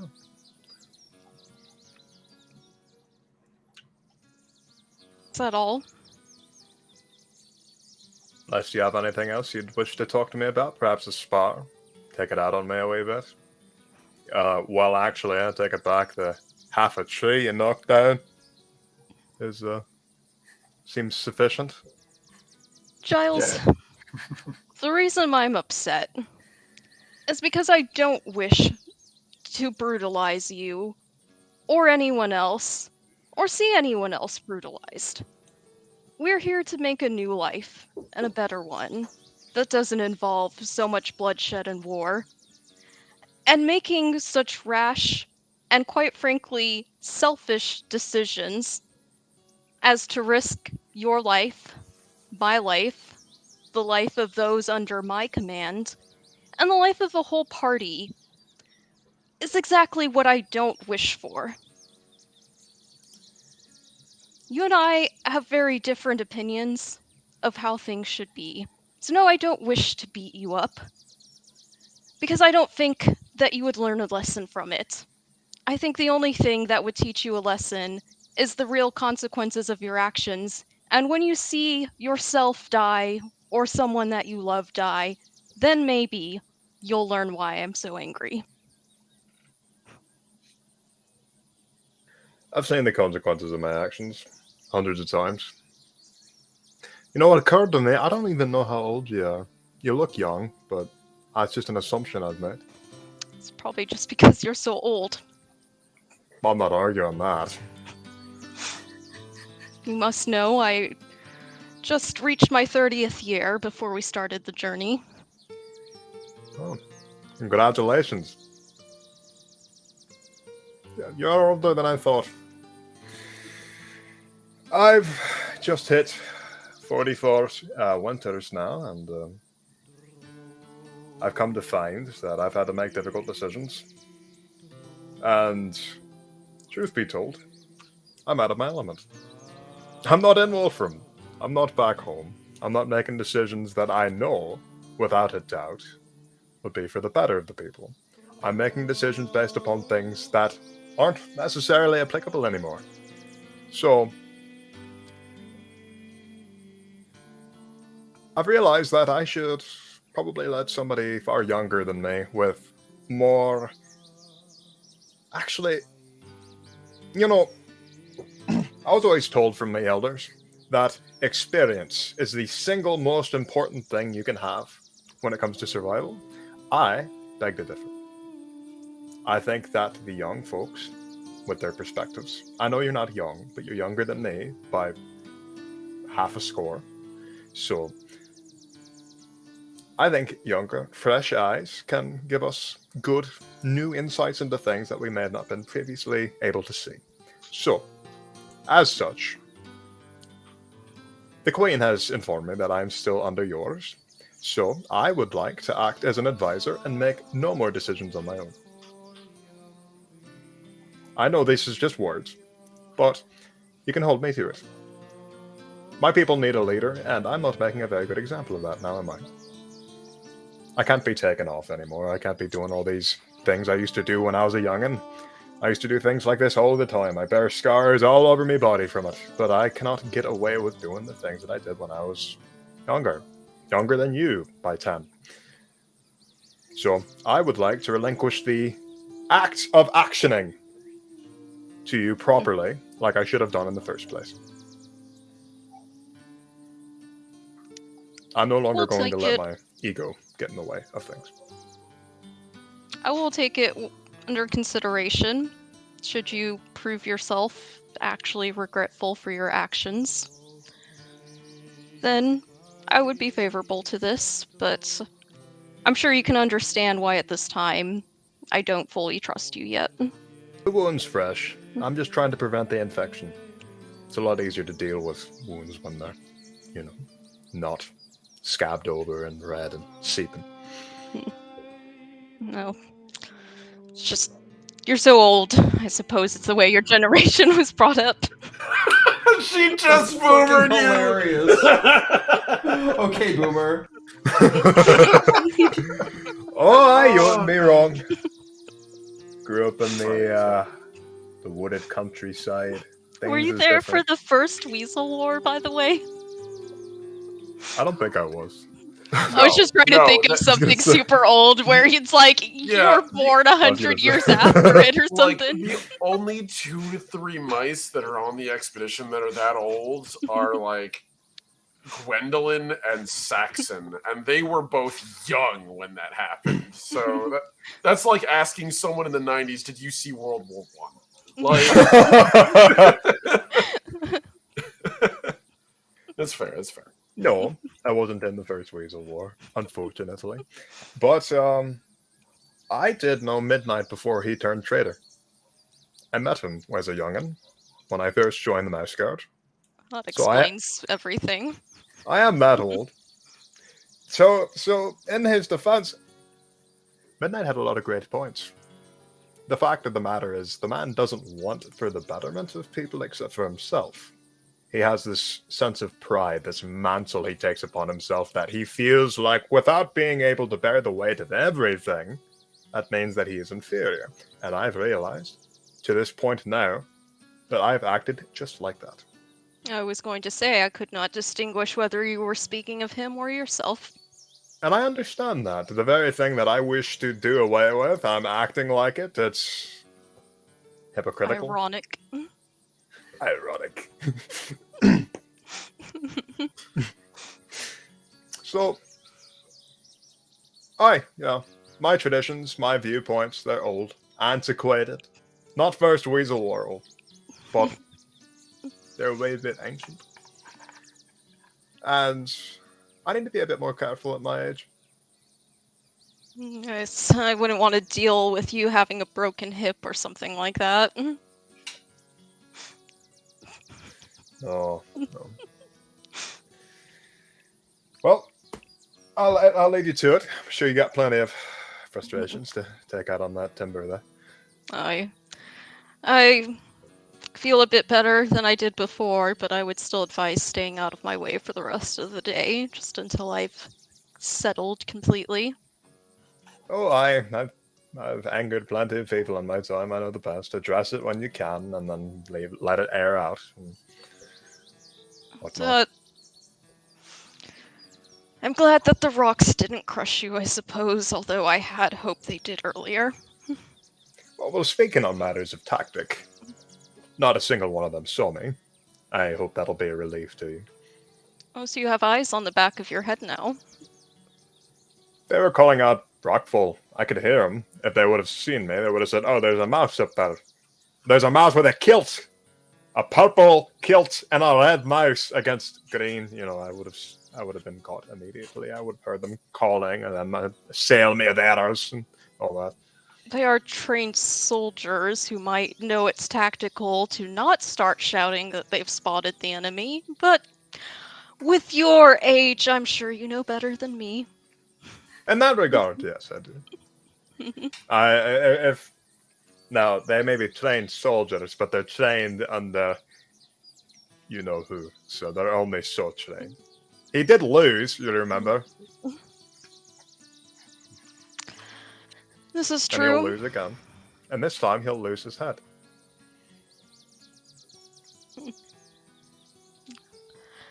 Would rather see them join our forces than all perish. Oh but no.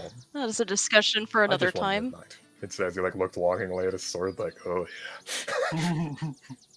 I get very strong Brock Samson vibes from Giles occasionally.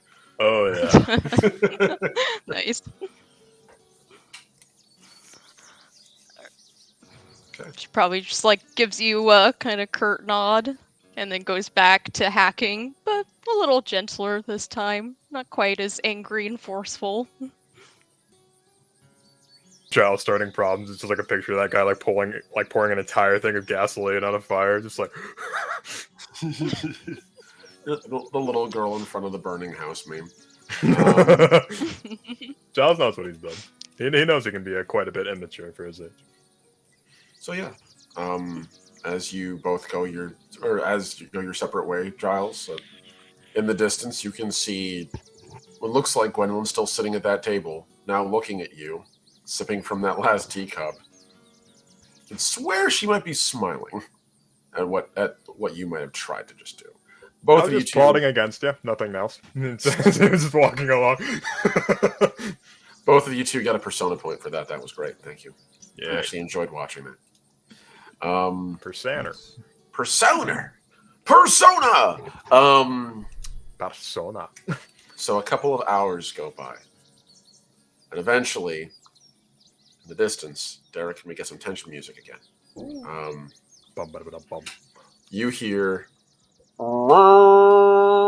as the sounds of rallying horns are being blown, and the marching of soldiers. It is, from what you can tell, the convoy. It has to be. You don't have that many troops out here. There's no other troops around here besides them. And the thudding of boots gets closer and closer with every minute. You can see Gwendolyn, Saxon, and the other members of the guard all beginning to rally people together. Modi rallies her weasels, and you too, Jukan. She even gets Terrell the Bright to stand up front. And you can see Terrell has brought his 2 chakrams with him. And so it's you, Modi, Terrell. Gwendolyn calls Giles, the leader of every mouse, the leader of every tortoise, including you, Cyanna, to the front. Giles as well, you're up there too. And basically the entire leadership to the front of the battlements, basically. Even the Hedgems are here with Raphael and Jado. Okay, thank Yep. you. Knew, Your boy's there. Your literally boy's saw, there. You saw my lips moving, and you knew that. I literally knew it was coming. I actually wasn't even looking at the camera, and I immediately knew you were going to ask. Yes, He's my no. boy. Raphael He's the my best Red and Jado the Regim are both there as well. My fucking man. He's my boy. Even the captain is there at the moment. You can see Preston on foot with his rather fantastic hat and plume. And he seems to be wearing nicer finery. He's wearing his uniform vest. But on his back, in an easy draw sling, is his mouse-sized fire pike. and behind him is a crew of 5 what appear to be marine mice, each of them bearing boarding hooks and daggers, and even a couple of hand crossbows, looking mean to the teeth. It's a hell of an entourage. Slowly, as these marching troops get closer, you can see they are all marching in formation. That large group of mice, mostly still intact. What you can see, they are only a couple of carts lighter. And if there's any casualties, you can't really gauge, not from this height. Eventually, the column turns down the walkway and stops in front of you guys. A good, yard away. Actual size. The soldiers stay there, continuing to march in place. Slowly standing to the front, you can see a very specific mouse captain. Red, you're familiar with Krennic at this point. Yeah, Mr. Shit Talker. Mm-hmm. A number of black guard beside him. And in addition to that, 2 large weasels, both of which with heavy iron manacles around their necks, Oh, you mother. covered in the same rugged black iron armor, and wearing massive sharpened black iron punch daggers that seem to go up their arms in segmented plate. And they all just sort of hunker to the front. And next to Krennic, you can see a mouse holding up a tabard, or not a tabard, but a standard, and fluttering in the breeze, you can see the gold fist of midnight. Krennic steps forward. Why, hello there. Can I speak to your leadership, or am I to presume that's you? Gwendolyn sort of looks around. Obviously, that would be me. What can I do for you, Mouse? We come bringing gifts. We hear that Serpent's Run came under attack, and it has been, from what we understood, liberated. We have generously brought from Gauntlet as much food as we can spare for this time of year, along with masonry equipment and rope. We wish to gift it to you as a sign of good faith between our peoples. Gwendolyn sort Giles of just looks at you crosses two. his arms. He's having Arabelle hold his sword. Yeah, she's behind you, standard in her hand, the other one holding the sword. It's in draw position, so if you need, you can literally just grab it out of the scabbard, kick off her thigh, and pull it out. Giles is gonna look over at Gwendolyn for permission to speak. She looks at you, she narrows her eyes, nods. She gives you permission. Are these on rent? Will we have to pay them back? And you can see Krennic slowly hold his hands up. Of course not. They're to rebuild. If mouse civilization is to survive surrounded by predators, it needs all the help it can get.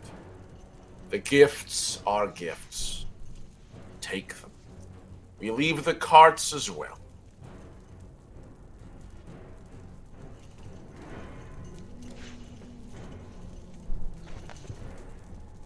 Red. Yep. Make me a scout roll. I don't have scouts, so I roll nature. That's perfect. Let's see. All natural, baby. Single success. Okay. Alright. You can see Krennic look at you as you, after you spoke. And after he finishes his sentence, so he turns his head. Have we met before? Ah, my fine Tartan friend. I don't reckon so. I think I've heard of you. That armor of yours. He nods and looks. Oh, captain's armor. Gotta be intimidating when dealing with predators. You know the deal. He looked down at his kilt and looked back up. Aye, intimidated. Well, with that, I suppose our business is concluded. He slowly looks up and down the line of mice in front of him, and it looks like this is the beginning of, like, the siege of Gondor on your end. And he brought the whole fucking army with him. Like, this is Helm's Deep, and here are the dudes in Two bro. Towers. You got the whole squad. Pretty much. This is a battle, but for a fight. But for, like, anyone actually. Giles, make a strategy roll. Sure. Anyone else who wants to contribute, you can go ahead. I don't have strategy. Do you have Strategy? Hunter? I would like Okay. to make a weather watcher check. You Nice. Is militarist okay for strategy? can. Militarist Is that what works for this, yes. Okay. Militarist, can I use war-wise? For this, yes. Okay, so I'll roll 11 d6. Oh, nice. Ooh, nice. Nice. We're looking at some good rolls. 1, 2, 3, 4, 5, 6, 7 minus 2, so 5 successes. 5, so that's 6 with Sienna. 7, 8, 9, 10, 11, 12. with Oh, that'd be Tucson. 4. Yeah, that's pretty good. Okay. So, all three of you, where you're standing now, assessing, look ahead, and you realize, 1, this is definitely not a force of invasion. This was a caravan guard. They have brought no siege weaponry with them. They have no tools of open war. They only have spears and the occasional crossbow. And the 2 big brutes, who I guess you could qualify as siege weapons, but they're weasels, not weapons. So, Weasels you know, are not weapons, Omni. We're people. I am not gun, says every weasel. And so, from what you can tell, this force is here to deliver. But it is clearly also a force scout. Like, it is a recon and force situation. For sure. They clearly came armed to fight. And they just probably weren't here to fight you. And Red, specifically you, as Giles, you notice that Krennic, as he's looking at you, has this look on his face. Thank you, Neris. Stretch! And as he looks at you, you become abundantly aware that you weren't sure if you were seen. And this guy's eyeing you very particularly. Giles maintains his posture. He's nothing if not competent. Cool fault. Yeah. Arrogant. Krennic just sort of looks over everyone in front of him and just sort of, all right, enough with the tension. We're going. We leave you the cards. However, we advise if you head back towards Gauntlet, be cautious. The roads are apparently prone to landslides. We lost a couple of good mice and an entire cart of goods. If you are willing to brave the storm, it remains out there. We were unable to salvage anything, but the wood is yours to take if you can fish it beneath the stone. Gwendolyn sort of looks across. Generous. Thank you. Travel safely. And she just sort of waves her hand, and he just... Krennic. Krennic of the Golden Hand. Blessings on your day, mice. And he just sort of looks at the Regims and at the weasels. And to you as well. And slowly turns around. Let's move! We have many miles to cover. Go! And, you know, he begins to sort of, like, shoo his troops, and they all begin to immediately reform and march away in the opposite direction. Heading back up the hill. And behind you can see appears to be 3 carts, heavily laden with goods. Mostly wood, rope, stone, what appears to be some unmixed mortar. Never didn't have it. Never didn't have it. Eventually, they just disappear.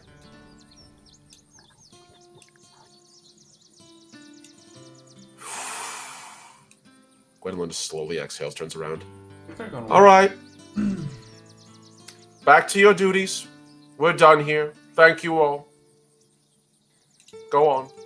Just does a little, like, shoot kind of gesture. Get the And fuck out of here. Get the Yeah. And all the nearby mouse captains kind of like, all right, let's move back to duties. Come on, we have work to do. Settlement's not going to rebuild itself. They all start dispersing about.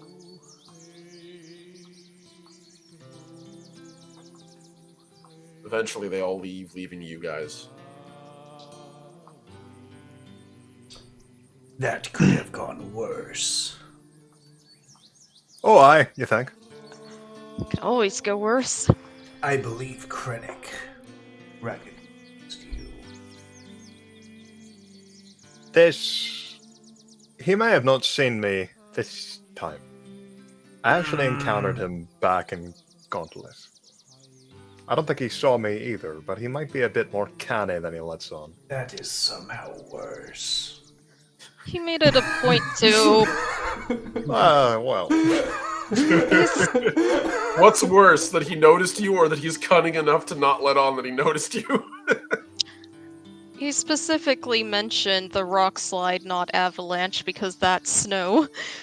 And it's quite obvious to most people that rock slides occur on sheer faces, so the warning was kind of like warning someone who's going swimming that they might drown. He didn't bring it up because he was concerned for our safety. He brought it up to let us know that he knew. Cute. I'll kill him too. He says he'll just clean his sword on, on his. I don't like. He's a lapdog. Wait a bit. Oh, I overheard him. I did. I overheard him when I was in the mines. I overheard him talking about how he plans on just overthrowing this place once the chumps are done clearing it out for him. Kind of person that lets somebody else do all the work for him. Master delegator. The only thing he'll be delegating is an early grave. I don't think that works in that context. It works because it, you're right. No, that don't work. I'll be delegating him into an early grave. How's that? You look over at Santa. Is that better?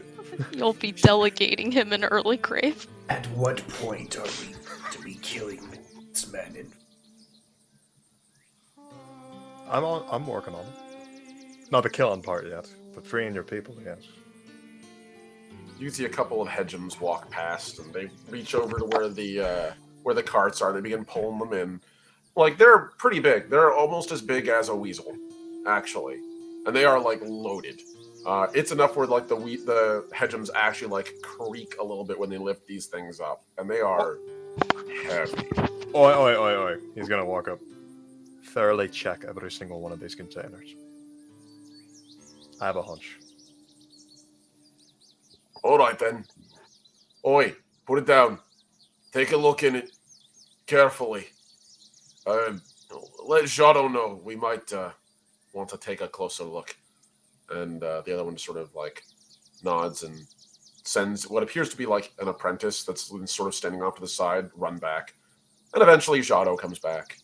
His slightly verdigreed armor. Very obvious against the normally like... It's funny. Most regimes, their armor is pure red, but not the best kept. It's used, it's practically functional, but it's not like polished. It's just sort of battered and then repainted with red over it. Right. But Jado's intentionally let it go for long enough where like there's a verdigris growing over it, which means that it's not only that he's not repainting it, he's keeping it in a good enough condition where it's allowing this to corrode over the paint.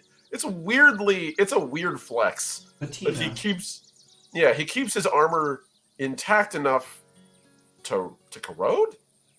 Yeah, I got my tetanus shot. Get fucked. Yeah. What?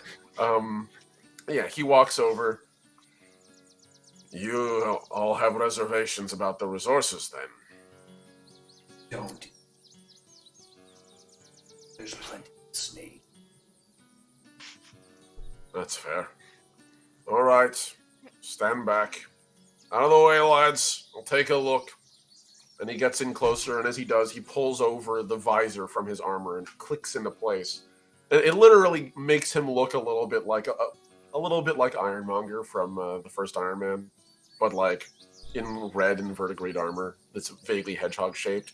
And he reaches over with the actual weapon. He just sort of uses the hook to pull open one of the side panels and sort of shuffle stuff in it. Now make a search roll. It's gonna be scout. Okay, it's pretty good. He digs around in there for a little bit. And eventually, it sort of turns around. Well, I can't really see anything. Seems fine. There's something a little odd in there, though. He reaches in and he pulls out what appear to be 3 broken blades and a set of bloodied cloaks. All 3 of them gray. And attaching each of them is a cast iron black ringlet. But they're all like battered and bent out of shape. Sort of puts them on the ground. I don't know, maybe they left it behind or something. Doesn't Are look they- like your armor. Mouse size? Weasel size? Or. They're mouse sized. All of them are mouse sized. They are sending. Do we recognize. Out of character, do our characters recognize that's the cloaks? absolutely the fucking. That's absolutely the gear of the men that fucking Giles killed. 100%. 100% you are right. It absolutely is. You don't recognize the individual gear, but it does very clearly match that of the Blackguard that Midnight employs. So, yeah, considering you just saw like a column of them march up and just sort of flex in front of your little settlement here, they made it abundantly clear, what their armor looks like, even if just by proximity. This matches that. There's no weapons, there's no helm, there's no armor besides besides the 3 battered swords, which are really almost like crude shopping picks. Really, there's like sharpened hooks, almost. But they're all like bent and warped, clearly.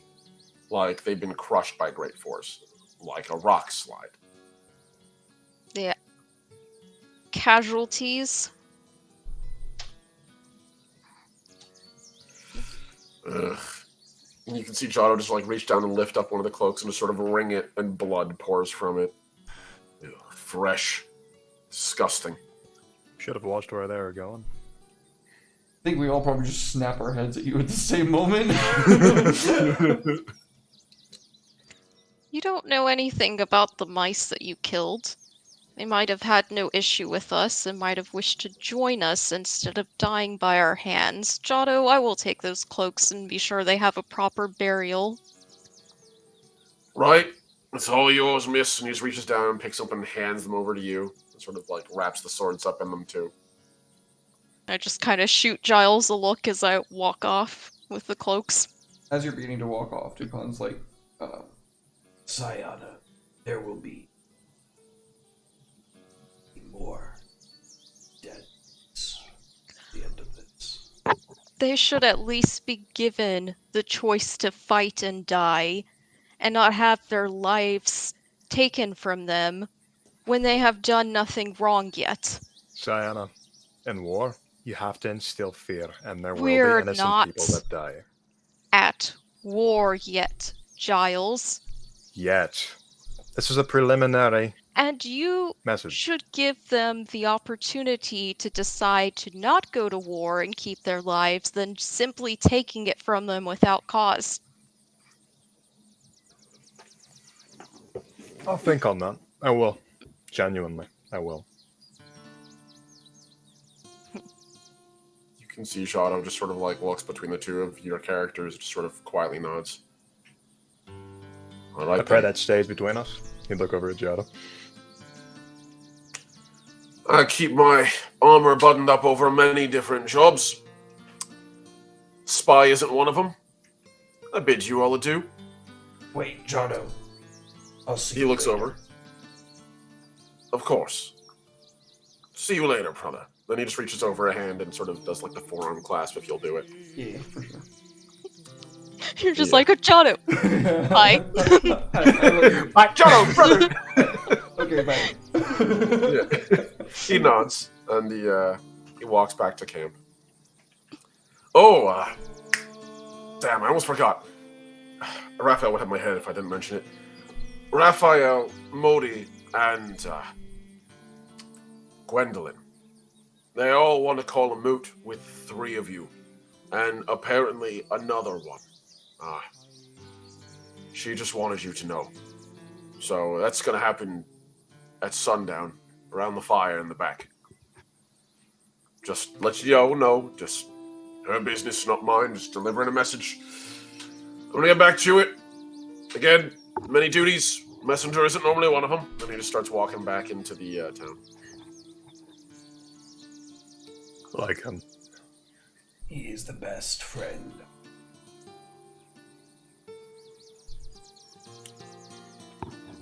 So, I'm gonna give you folks the rest of your evening. Is there anything in particular you guys do for the next couple of hours? Because it's gonna be probably like at least 2 to 3 hours until sunset. We don't need to focus on it, just curious. Drink. You can. Sayana finds a nice patch of area that's kind of off the beaten path. It's not going to be trampled over, and digs 3 separate holes for each cloak, and then places the hilt of each sword at the head of each grave. And then just kind of sits there in silence for a few moments to pay her respects for the mice that probably thought they were on a peace mission and were probably enslaved by midnight and have no choice but doing his bidding, and are now dead for no reason. You know, the whole I was just doing orders thing. Eventually, Hey, the while Nazis you're said they were doing just that, following orders too. They got crushed by rocks just the same. I don't see anybody trying for them. Sayana's exactly what I'm having a saying. nice moment. I'm Don't just- compare her. I'm sorry. He's I'm sorry. You're right. No, no. I'm No, just. no.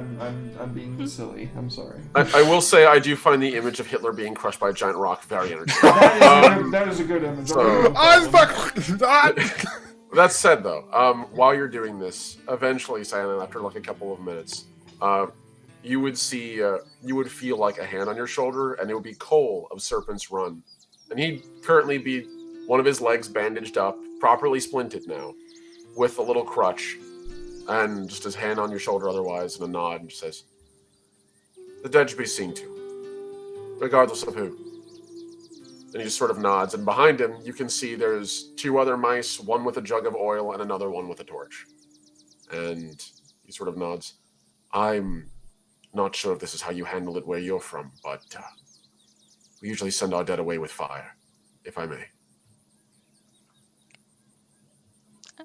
very well. He nods and walks. He just sort of nods to the 2 of them, and they sort of step forward. And they pour oil over the grave, one at a time, and then it leaves a little, almost like a torch, like a pot of fire in front of each sword, as it slowly burns away the cloth. And Cole gives you a pat on the shoulder after watching for a couple minutes. Thank you. He turns around and walks back to Serpent's Run with his little entourage behind him.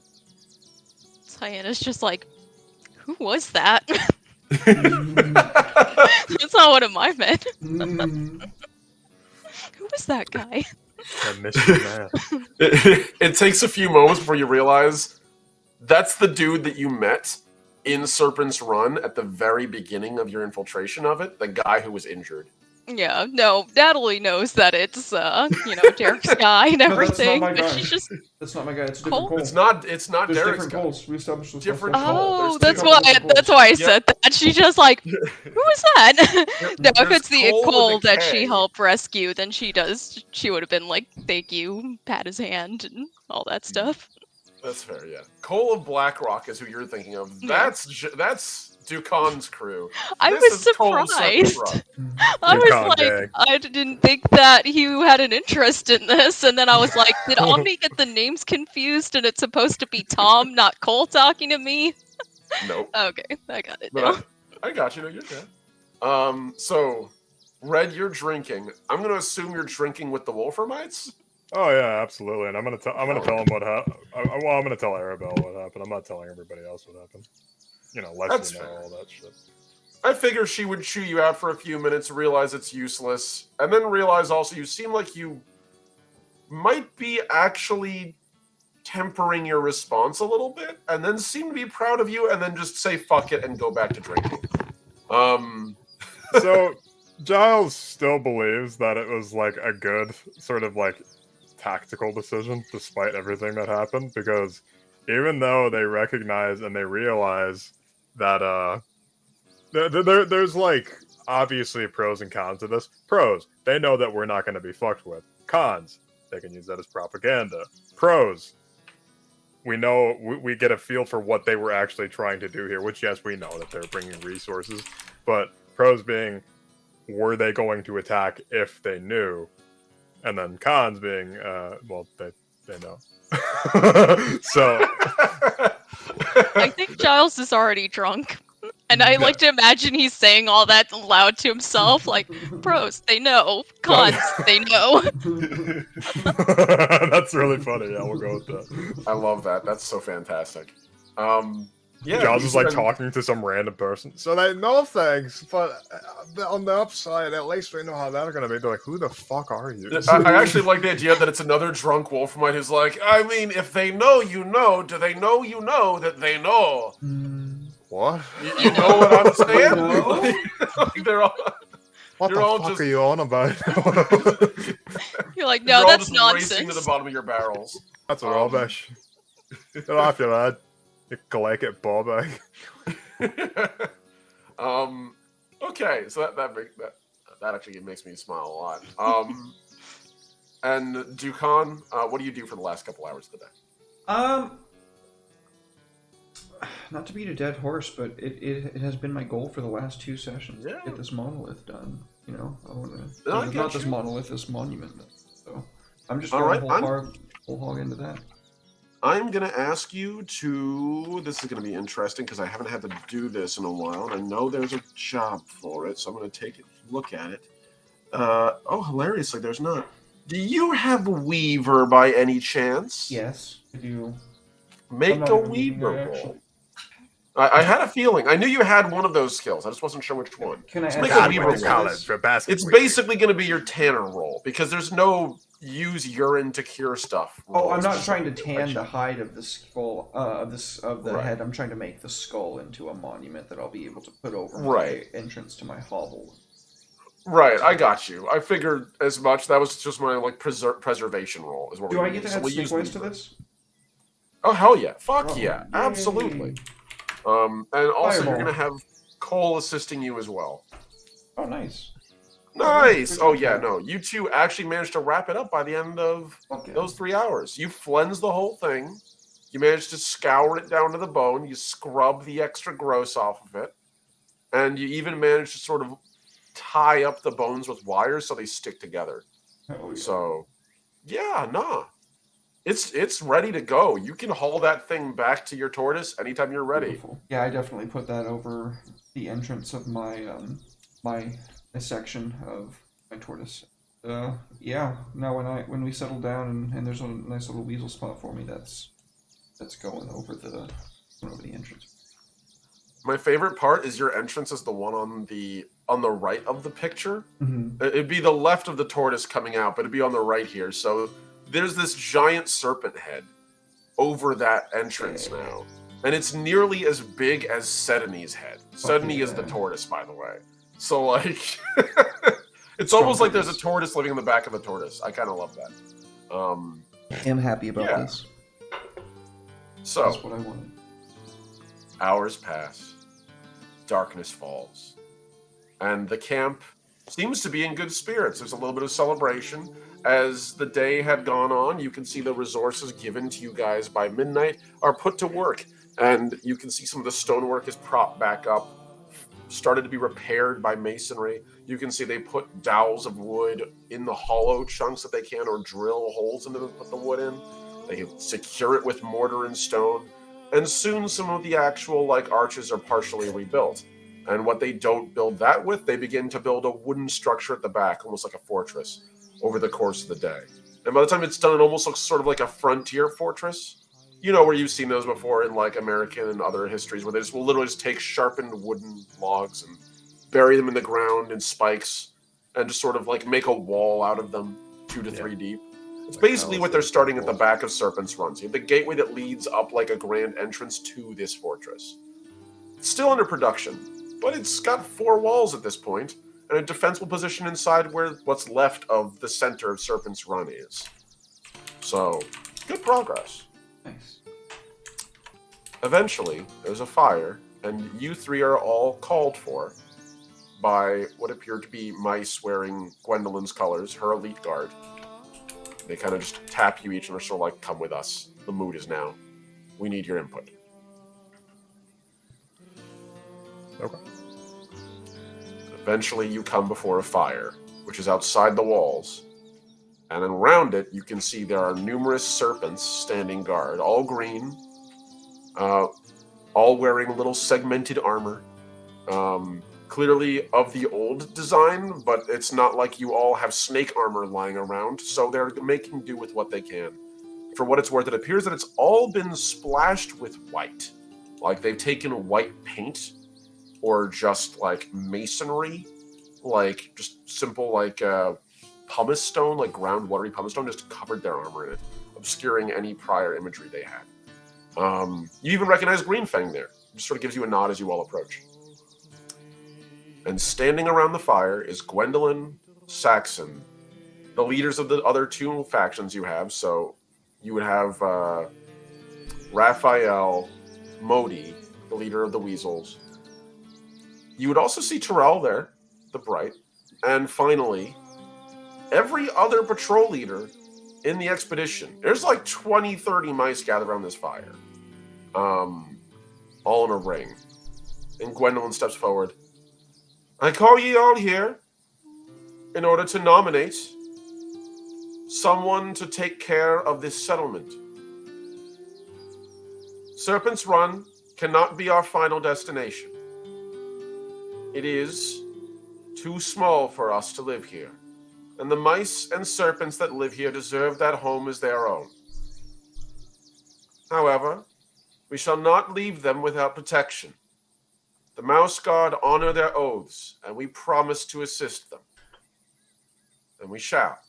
She turns and looks over to, you can see Cole, specifically Cole of Serpent's Run, Cole with a C, with his crutch, standing there and he sort of nods, and a couple of mice behind him, along with Greenfang, who slithers out from the guard and pulls up next to him. And you can see Cole sort of gives him a pat on his side. Greenfang just gives him a little nod and of his tongue. This is why we wanted to call this moot. We've spoken with Gwendolyn. She believes it's a good idea to leave a tortoise behind with us as a garrison. Cole speaks up. And I have been selected by the settlement, or what's left of Serpent's Run, to administrate it. I am apparently to be a governor now. He just sort of gives like this look of, I don't know what the fuck I signed up for, but okay. And he just gives you 3 a nod in particular. We thank you for your help. So, it's up to you all who stays. And Gwendolyn steps forward. Actually, it's up to me. But I choose to have your input.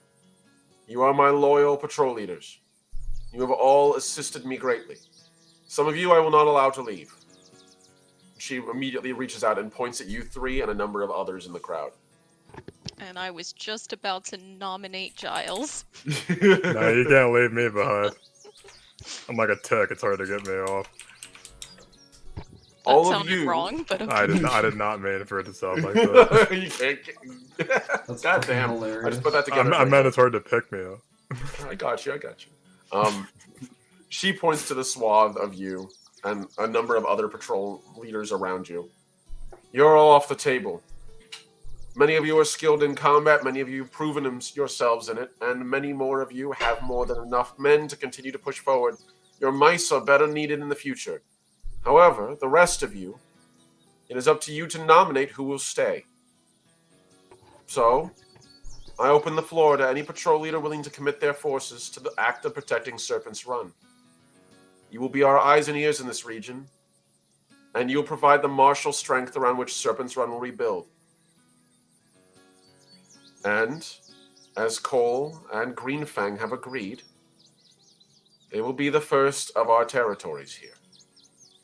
Serpent's Run will be a bastion of mouse kind and serpent kind in time. And Greenfang sort of nods at that. So, step forward, ye who are interested. And 3 step forward from the crowd. And one of them is immediately, like, I'm just going to say, the 3 of you make me circles rolls. Your circles. I am Get circles. fucked. He told you. He did. So, what do I have for circle? Oh, I have 3 in circles, my bad. I have 4. Okay, you can go ahead and roll 2 more. Damn, okay, so that's... Alright, nice. So, all of you have successes. Okay, so, there are 3 candidates. 2 of them, you know them, they seem decent enough. They're not really... This is probably not the place you want them. They're skilled, but they're still relatively young patrol leaders. They're about as young as you are, Sienna, but they didn't fare quite as well during the battle. And more importantly, this is a very high-pressure assignment, and they might not be up to it. But one of the mice in particular stands out to all 3 of you because you all passed your circles rolls. And you've seen this mouse around, in passing, mind you. But you recognize that mouse immediately. That mouse is one of the mice who was injured leading their soldiers on the attack on the beach. That mouse committed themselves during the Battle of Serpent's Run, and their men, their troops, to the front. And that mouse, despite having a peg leg and a crutch, and clearly a major injury to their face, like enough where it has twisted their face, into, on one side appears to be sort of like a permanent grin, is a veteran patrol leader. That patrol leader's name is William, but also frequently goes by Bill. And so the other 2, you hear their speeches, and they, there's like a polite round of applause when they both explain their case. And Will steps forward. I've served under Gwendolyn and the Mouse Guard for many, many years. It's been my pleasure to serve at your behest, milady. And he bends, and as he does, he reaches up, and it looks like he's going for a hat, and then he pulls off all the fur from the top of his mousy head. And you can see he is all but completely blonde and like bald under there. He has fantastic scarring under his head. And you realize as he takes it off, like, that hair is probably from a rabbit. Been woven into like a toupee for him. It's a hair piece. Yeah. God damn it, Natalie. And he sort of just takes it off and tips it to Gwendolyn, who nods. Lost my leg in the service of the Mouse Guard. Took shrapnel during the war for Lockhaven against the Regims. Lost my smile to it. It was worth it. I walked many leagues. As you can see, though, and he turns around and sort of turns towards the troops. Walking's not my strong suit anymore. He just sort of taps his peg leg on the ground, and his troops give him sort of a laugh. I'm grateful to be able to serve the Mouse Guard once again, with my years of experience protecting this place, as I protected Lockhaven long ago, and this expedition. But rightly, my skills are better with leading men than leading charges. So, with your vote, I would be willing to stay and commit my tortoise to the preservation of Serpent's Run as your adjutant, milady. And on behalf of all of you, if you'll have me. And he just sort of nods and returns back to the lineup of the 3. So it's up to you three who you choose. Everyone's committing their vote. But a number of patrol leaders appear to be looking at some others to make their decisions. So there's Bill, who, from what you can tell from his troops, also goes by the name of William. And the other two as well. One of whom is a scout and has served for a while in that capacity, but is new to leadership. And the other one, who appears to have been a stonemason back in Spruce Tuck, but is relatively new to military service in the normal sense. Those are your three options, but it's pretty obvious that Bill seems to be the strongest of them. Bill Nye the Science Guy. All right, so that's 2 votes for Bill. Red, what are your thoughts? You want the stonemason, do you want the scout, or do you want Bill? Billiam. Billiam. Billy. All right. So the votes go Bilson. around, and eventually it becomes apparent that Bill has won. And everyone sort of cheers for a little bit, and Bill steps forward. All right, I promise. Next time you come to Serpent's Run, she'll be shipshape, armored, and well-staffed. And when you come back next time, hopefully it'll be something a little more pleasant greeting you than a giant serpent. Take care, my friends. It's been an honor serving with all of you. And he bows at the waist, and as he does, sort of uses his crutch to keep himself from pitching over. And Gwendolyn walks forward and gives him this lovely little red sash and pins something on him. Thank you very much, Regent of Serpent's Run, William, for your service. And pats him on the shoulder. Let's hear it for Bill! And everyone sort of claps a little bit. Bill. We're going to pan the camera up, and I think this is a good place to end the session for the night. All right. Fantastic session, Omni. Thank you, man. Thank you for running such a baller ass campaign, dude. Always have fun getting to play. That was intense with That all the was- drama and stuff. Yeah. I was actually expecting before last session began, that this was probably not even going to be a full session. I was full expecting to just be like, you go there, you come back, you tell them what's going on, they select a leader, then the other half of the session happens. But oh boy, you all made that so much more fun. So I'm down with that. Thank you all. I love you guys as players. You're all great. Quickly committing before we get to the sign-outs, I'm going to assign your roles or I'm going to give you guys your trophies for the day. Sienna, I'm going to give you embodiment. I think you did a fantastic job Thank you. in that moment, interviewing with Gwendolyn, and I really appreciated you really leaning into that. That was really cool. It felt real for a moment, like I was actually there arguing with my superior, like, he's impossible, he's arrogant, I hate him. I'm glad I can put you in the moment so clearly. They If love this me. was- They really love me. If this was a movie, this would be that, like, pinnacle moment where Giles and Sayana hate each other, and then they fall in love at the next, like, big climax. Like, I hate you.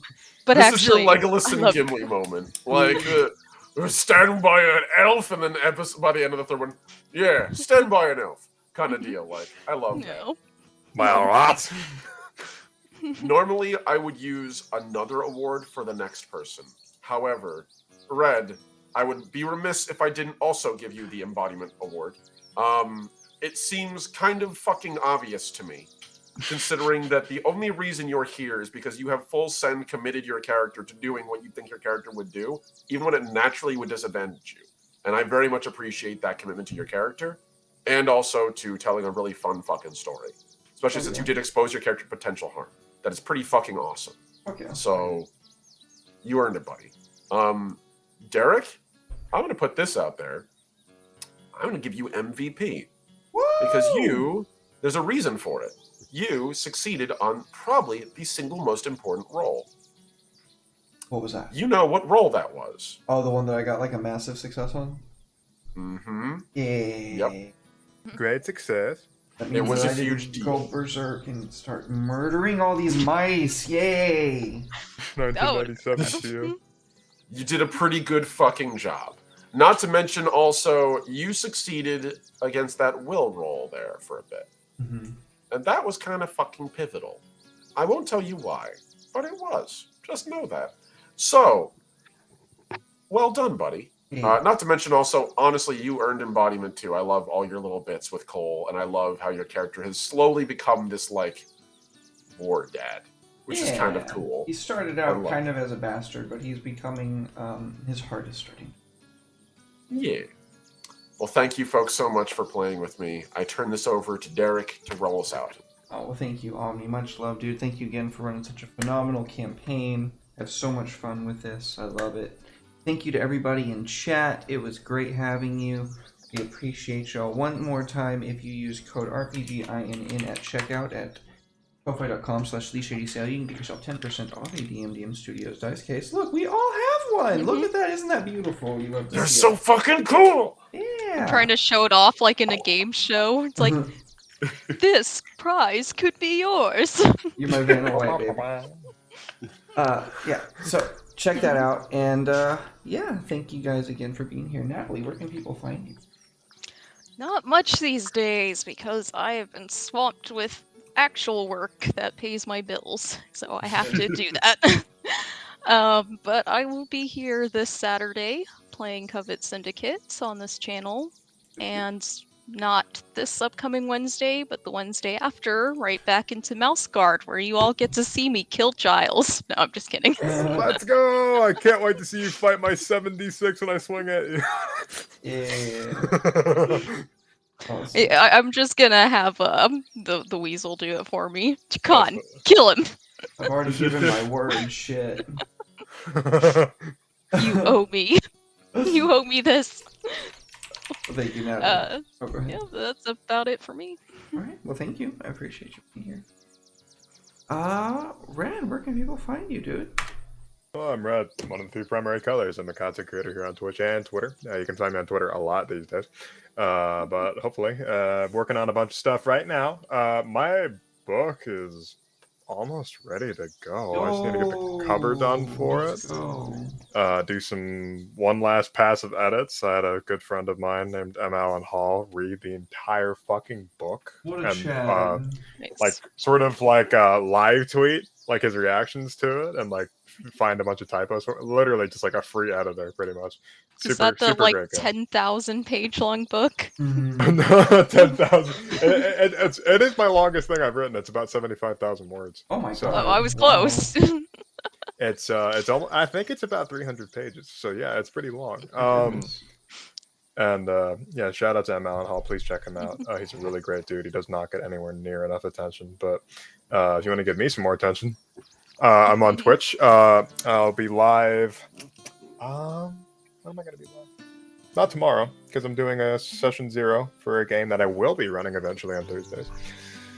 Monday, I'll be live, I think. Oh, no. Well, shit, what am I doing? I'm not used to not streaming stuff. I know. I'll be doing some variety streams, pretty much. But just keep an eye out. I got a bunch of stuff. Check out my Patreon if you want some Magic Gathering altars. Like I said, if you join the Patreon, Mastermind tier, which is $15 a month, which you can just pay $15 for an altar and then like call it. But if you join before February 3rd or on February 3rd, it's fun. Just as long as before midnight. You'll get an extra copy of one of the proxies or one of the altars from the previous month, which will be Brainstorm. So you get 2 cards if you join before February 3rd for January. So other than that, yeah, you can just find me here a lot. We'll be doing some variety streams.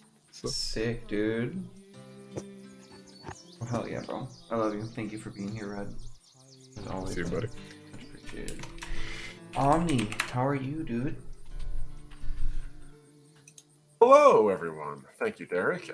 I'm the Last Omnitect, your favorite robot American, and you all can catch me on my Twitch channel, twitch.tv/TheLastOmnitect. Twitter, the same handle, all one word as well. Pretty much uniform on that everywhere I go. So if I have a profile on a site and you're wondering, just search The Last Omnitect, all one word, and I will probably pop up, even if it's just a ghost account so people don't steal my fucking name.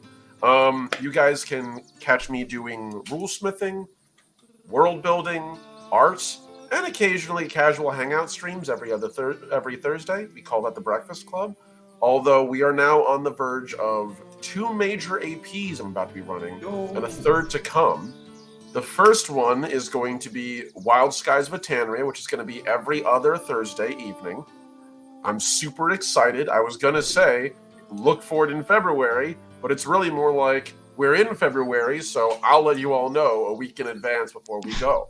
I'm super excited. That's going to have Derek. That's going to have a number of folks in there. I'm really hyped. So, first time running Pathfinder 2e. I'm super excited to have a fun spell jamming high adventure campaign. That'll be on my channel. The other one is going to be right here on DMDM Studios, and that is Legacy First Flight. If you know anything about me, I've been working on my Legacy Storytelling the World Tomorrow system for 20 fucking years, on and off. That's really more on me than anything else. I'm finally committing it to paper. There's an open beta as soon as we go live that you'll be able to look through the rules and play yourself, have fun with your friends. No cost involved, just give me feedback. And in the meantime, we'll be playing that live on stream and developing it as the players go through. So if you want the players to get something super cool, you can help me make it every other week. Other than that, that's going to be here every other Saturday. At some point coming up soon, we're just herding cats to get it going. Other than that, that's me. As someone with 3 cats, good luck herding them. Yeah, I used to herd Boy Scouts. I know what a pain in the ass it is to get people together. At least you all are willing. So, thank you. Willing and excited about it. I cannot wait to play with this fantastic group. I'm really excited to play with Bon, honestly. It's going to be a blast. Yeah, Yes. It's gonna I'm Bon jealous. Bon Butcher is going to be in both of those games. So She I is am going hope- to have to be submitting to my bullshit. I'm so looking forward to that. I'm so sorry, Bon, if you're here listening. Bon, I will tell you something. I will do things that you won't forget, and they're not going to be pleasant. Oh, I remember what Giles did. Exactly. My characters are memorable, aren't they? This could be my Rosebud moment where I'm on my deathbed and like my family members are holding my hand and I'm just like, fuck Giles. They're like, who's Giles? Do we know a Giles? Quick, get Who's the Giles? the family tree. Who the fuck's there- Giles? I guess there is one final announcement I'm going to make, which is I'm currently in the process of seeing whether I can do a second Legacy stream, just gathering troops. There is some interest. I have 1 or 2 people. That'll be every other Wednesday at the time that I would normally be running the Rule Smithy. So we'll see if we get that one off the ground. If we do, or when we do, that's going to be Legacy's second run. That'll be on my channel. That's all I got, though. Awesome. Well, thank you, buddy. I appreciate you. Love you. Thank you again for running such a phenomenal game. Folks, we are going to be raiding into Fungeon Master. Fungeon Master is fantastic people. They are currently running their homebrew tabletop game. They're a phenomenal map maker. Check them out. Make some noise. Be positive when we get in there. Appreciate you once more. You can catch me live on Saturday at 12:30 p.m. Central Standard Time with Booty. It is a piratical, currently 5e, going to be transitioning post haste to Pathfinder campaign. On Saturday at 6:30 p.m. Central Standard Time, you can catch us here with Covet Syndicate. The Morning Castle continues. We are still trucking on through that, and we left on a bit of a weird cliffhanger that I'm sure you guys are probably a little bit confused about, because I don't know if I did a great job of explaining myself. I'm excited to see where that goes. I'm honestly really excited to see where that goes, because I know it's coming. On Tuesday at 7 p.m. Central Standard Time, you can catch me live with Death Roll. It is a high-level spell jamming campaign. Also going to be quickly transitioning to Pathfinder. And then on Wednesday, you can catch us back here with Deathwatch Kill Team Last Bastion at 7 p.m. Good night. I love you. I'm very tired. I can feel my brain turning off. Bye!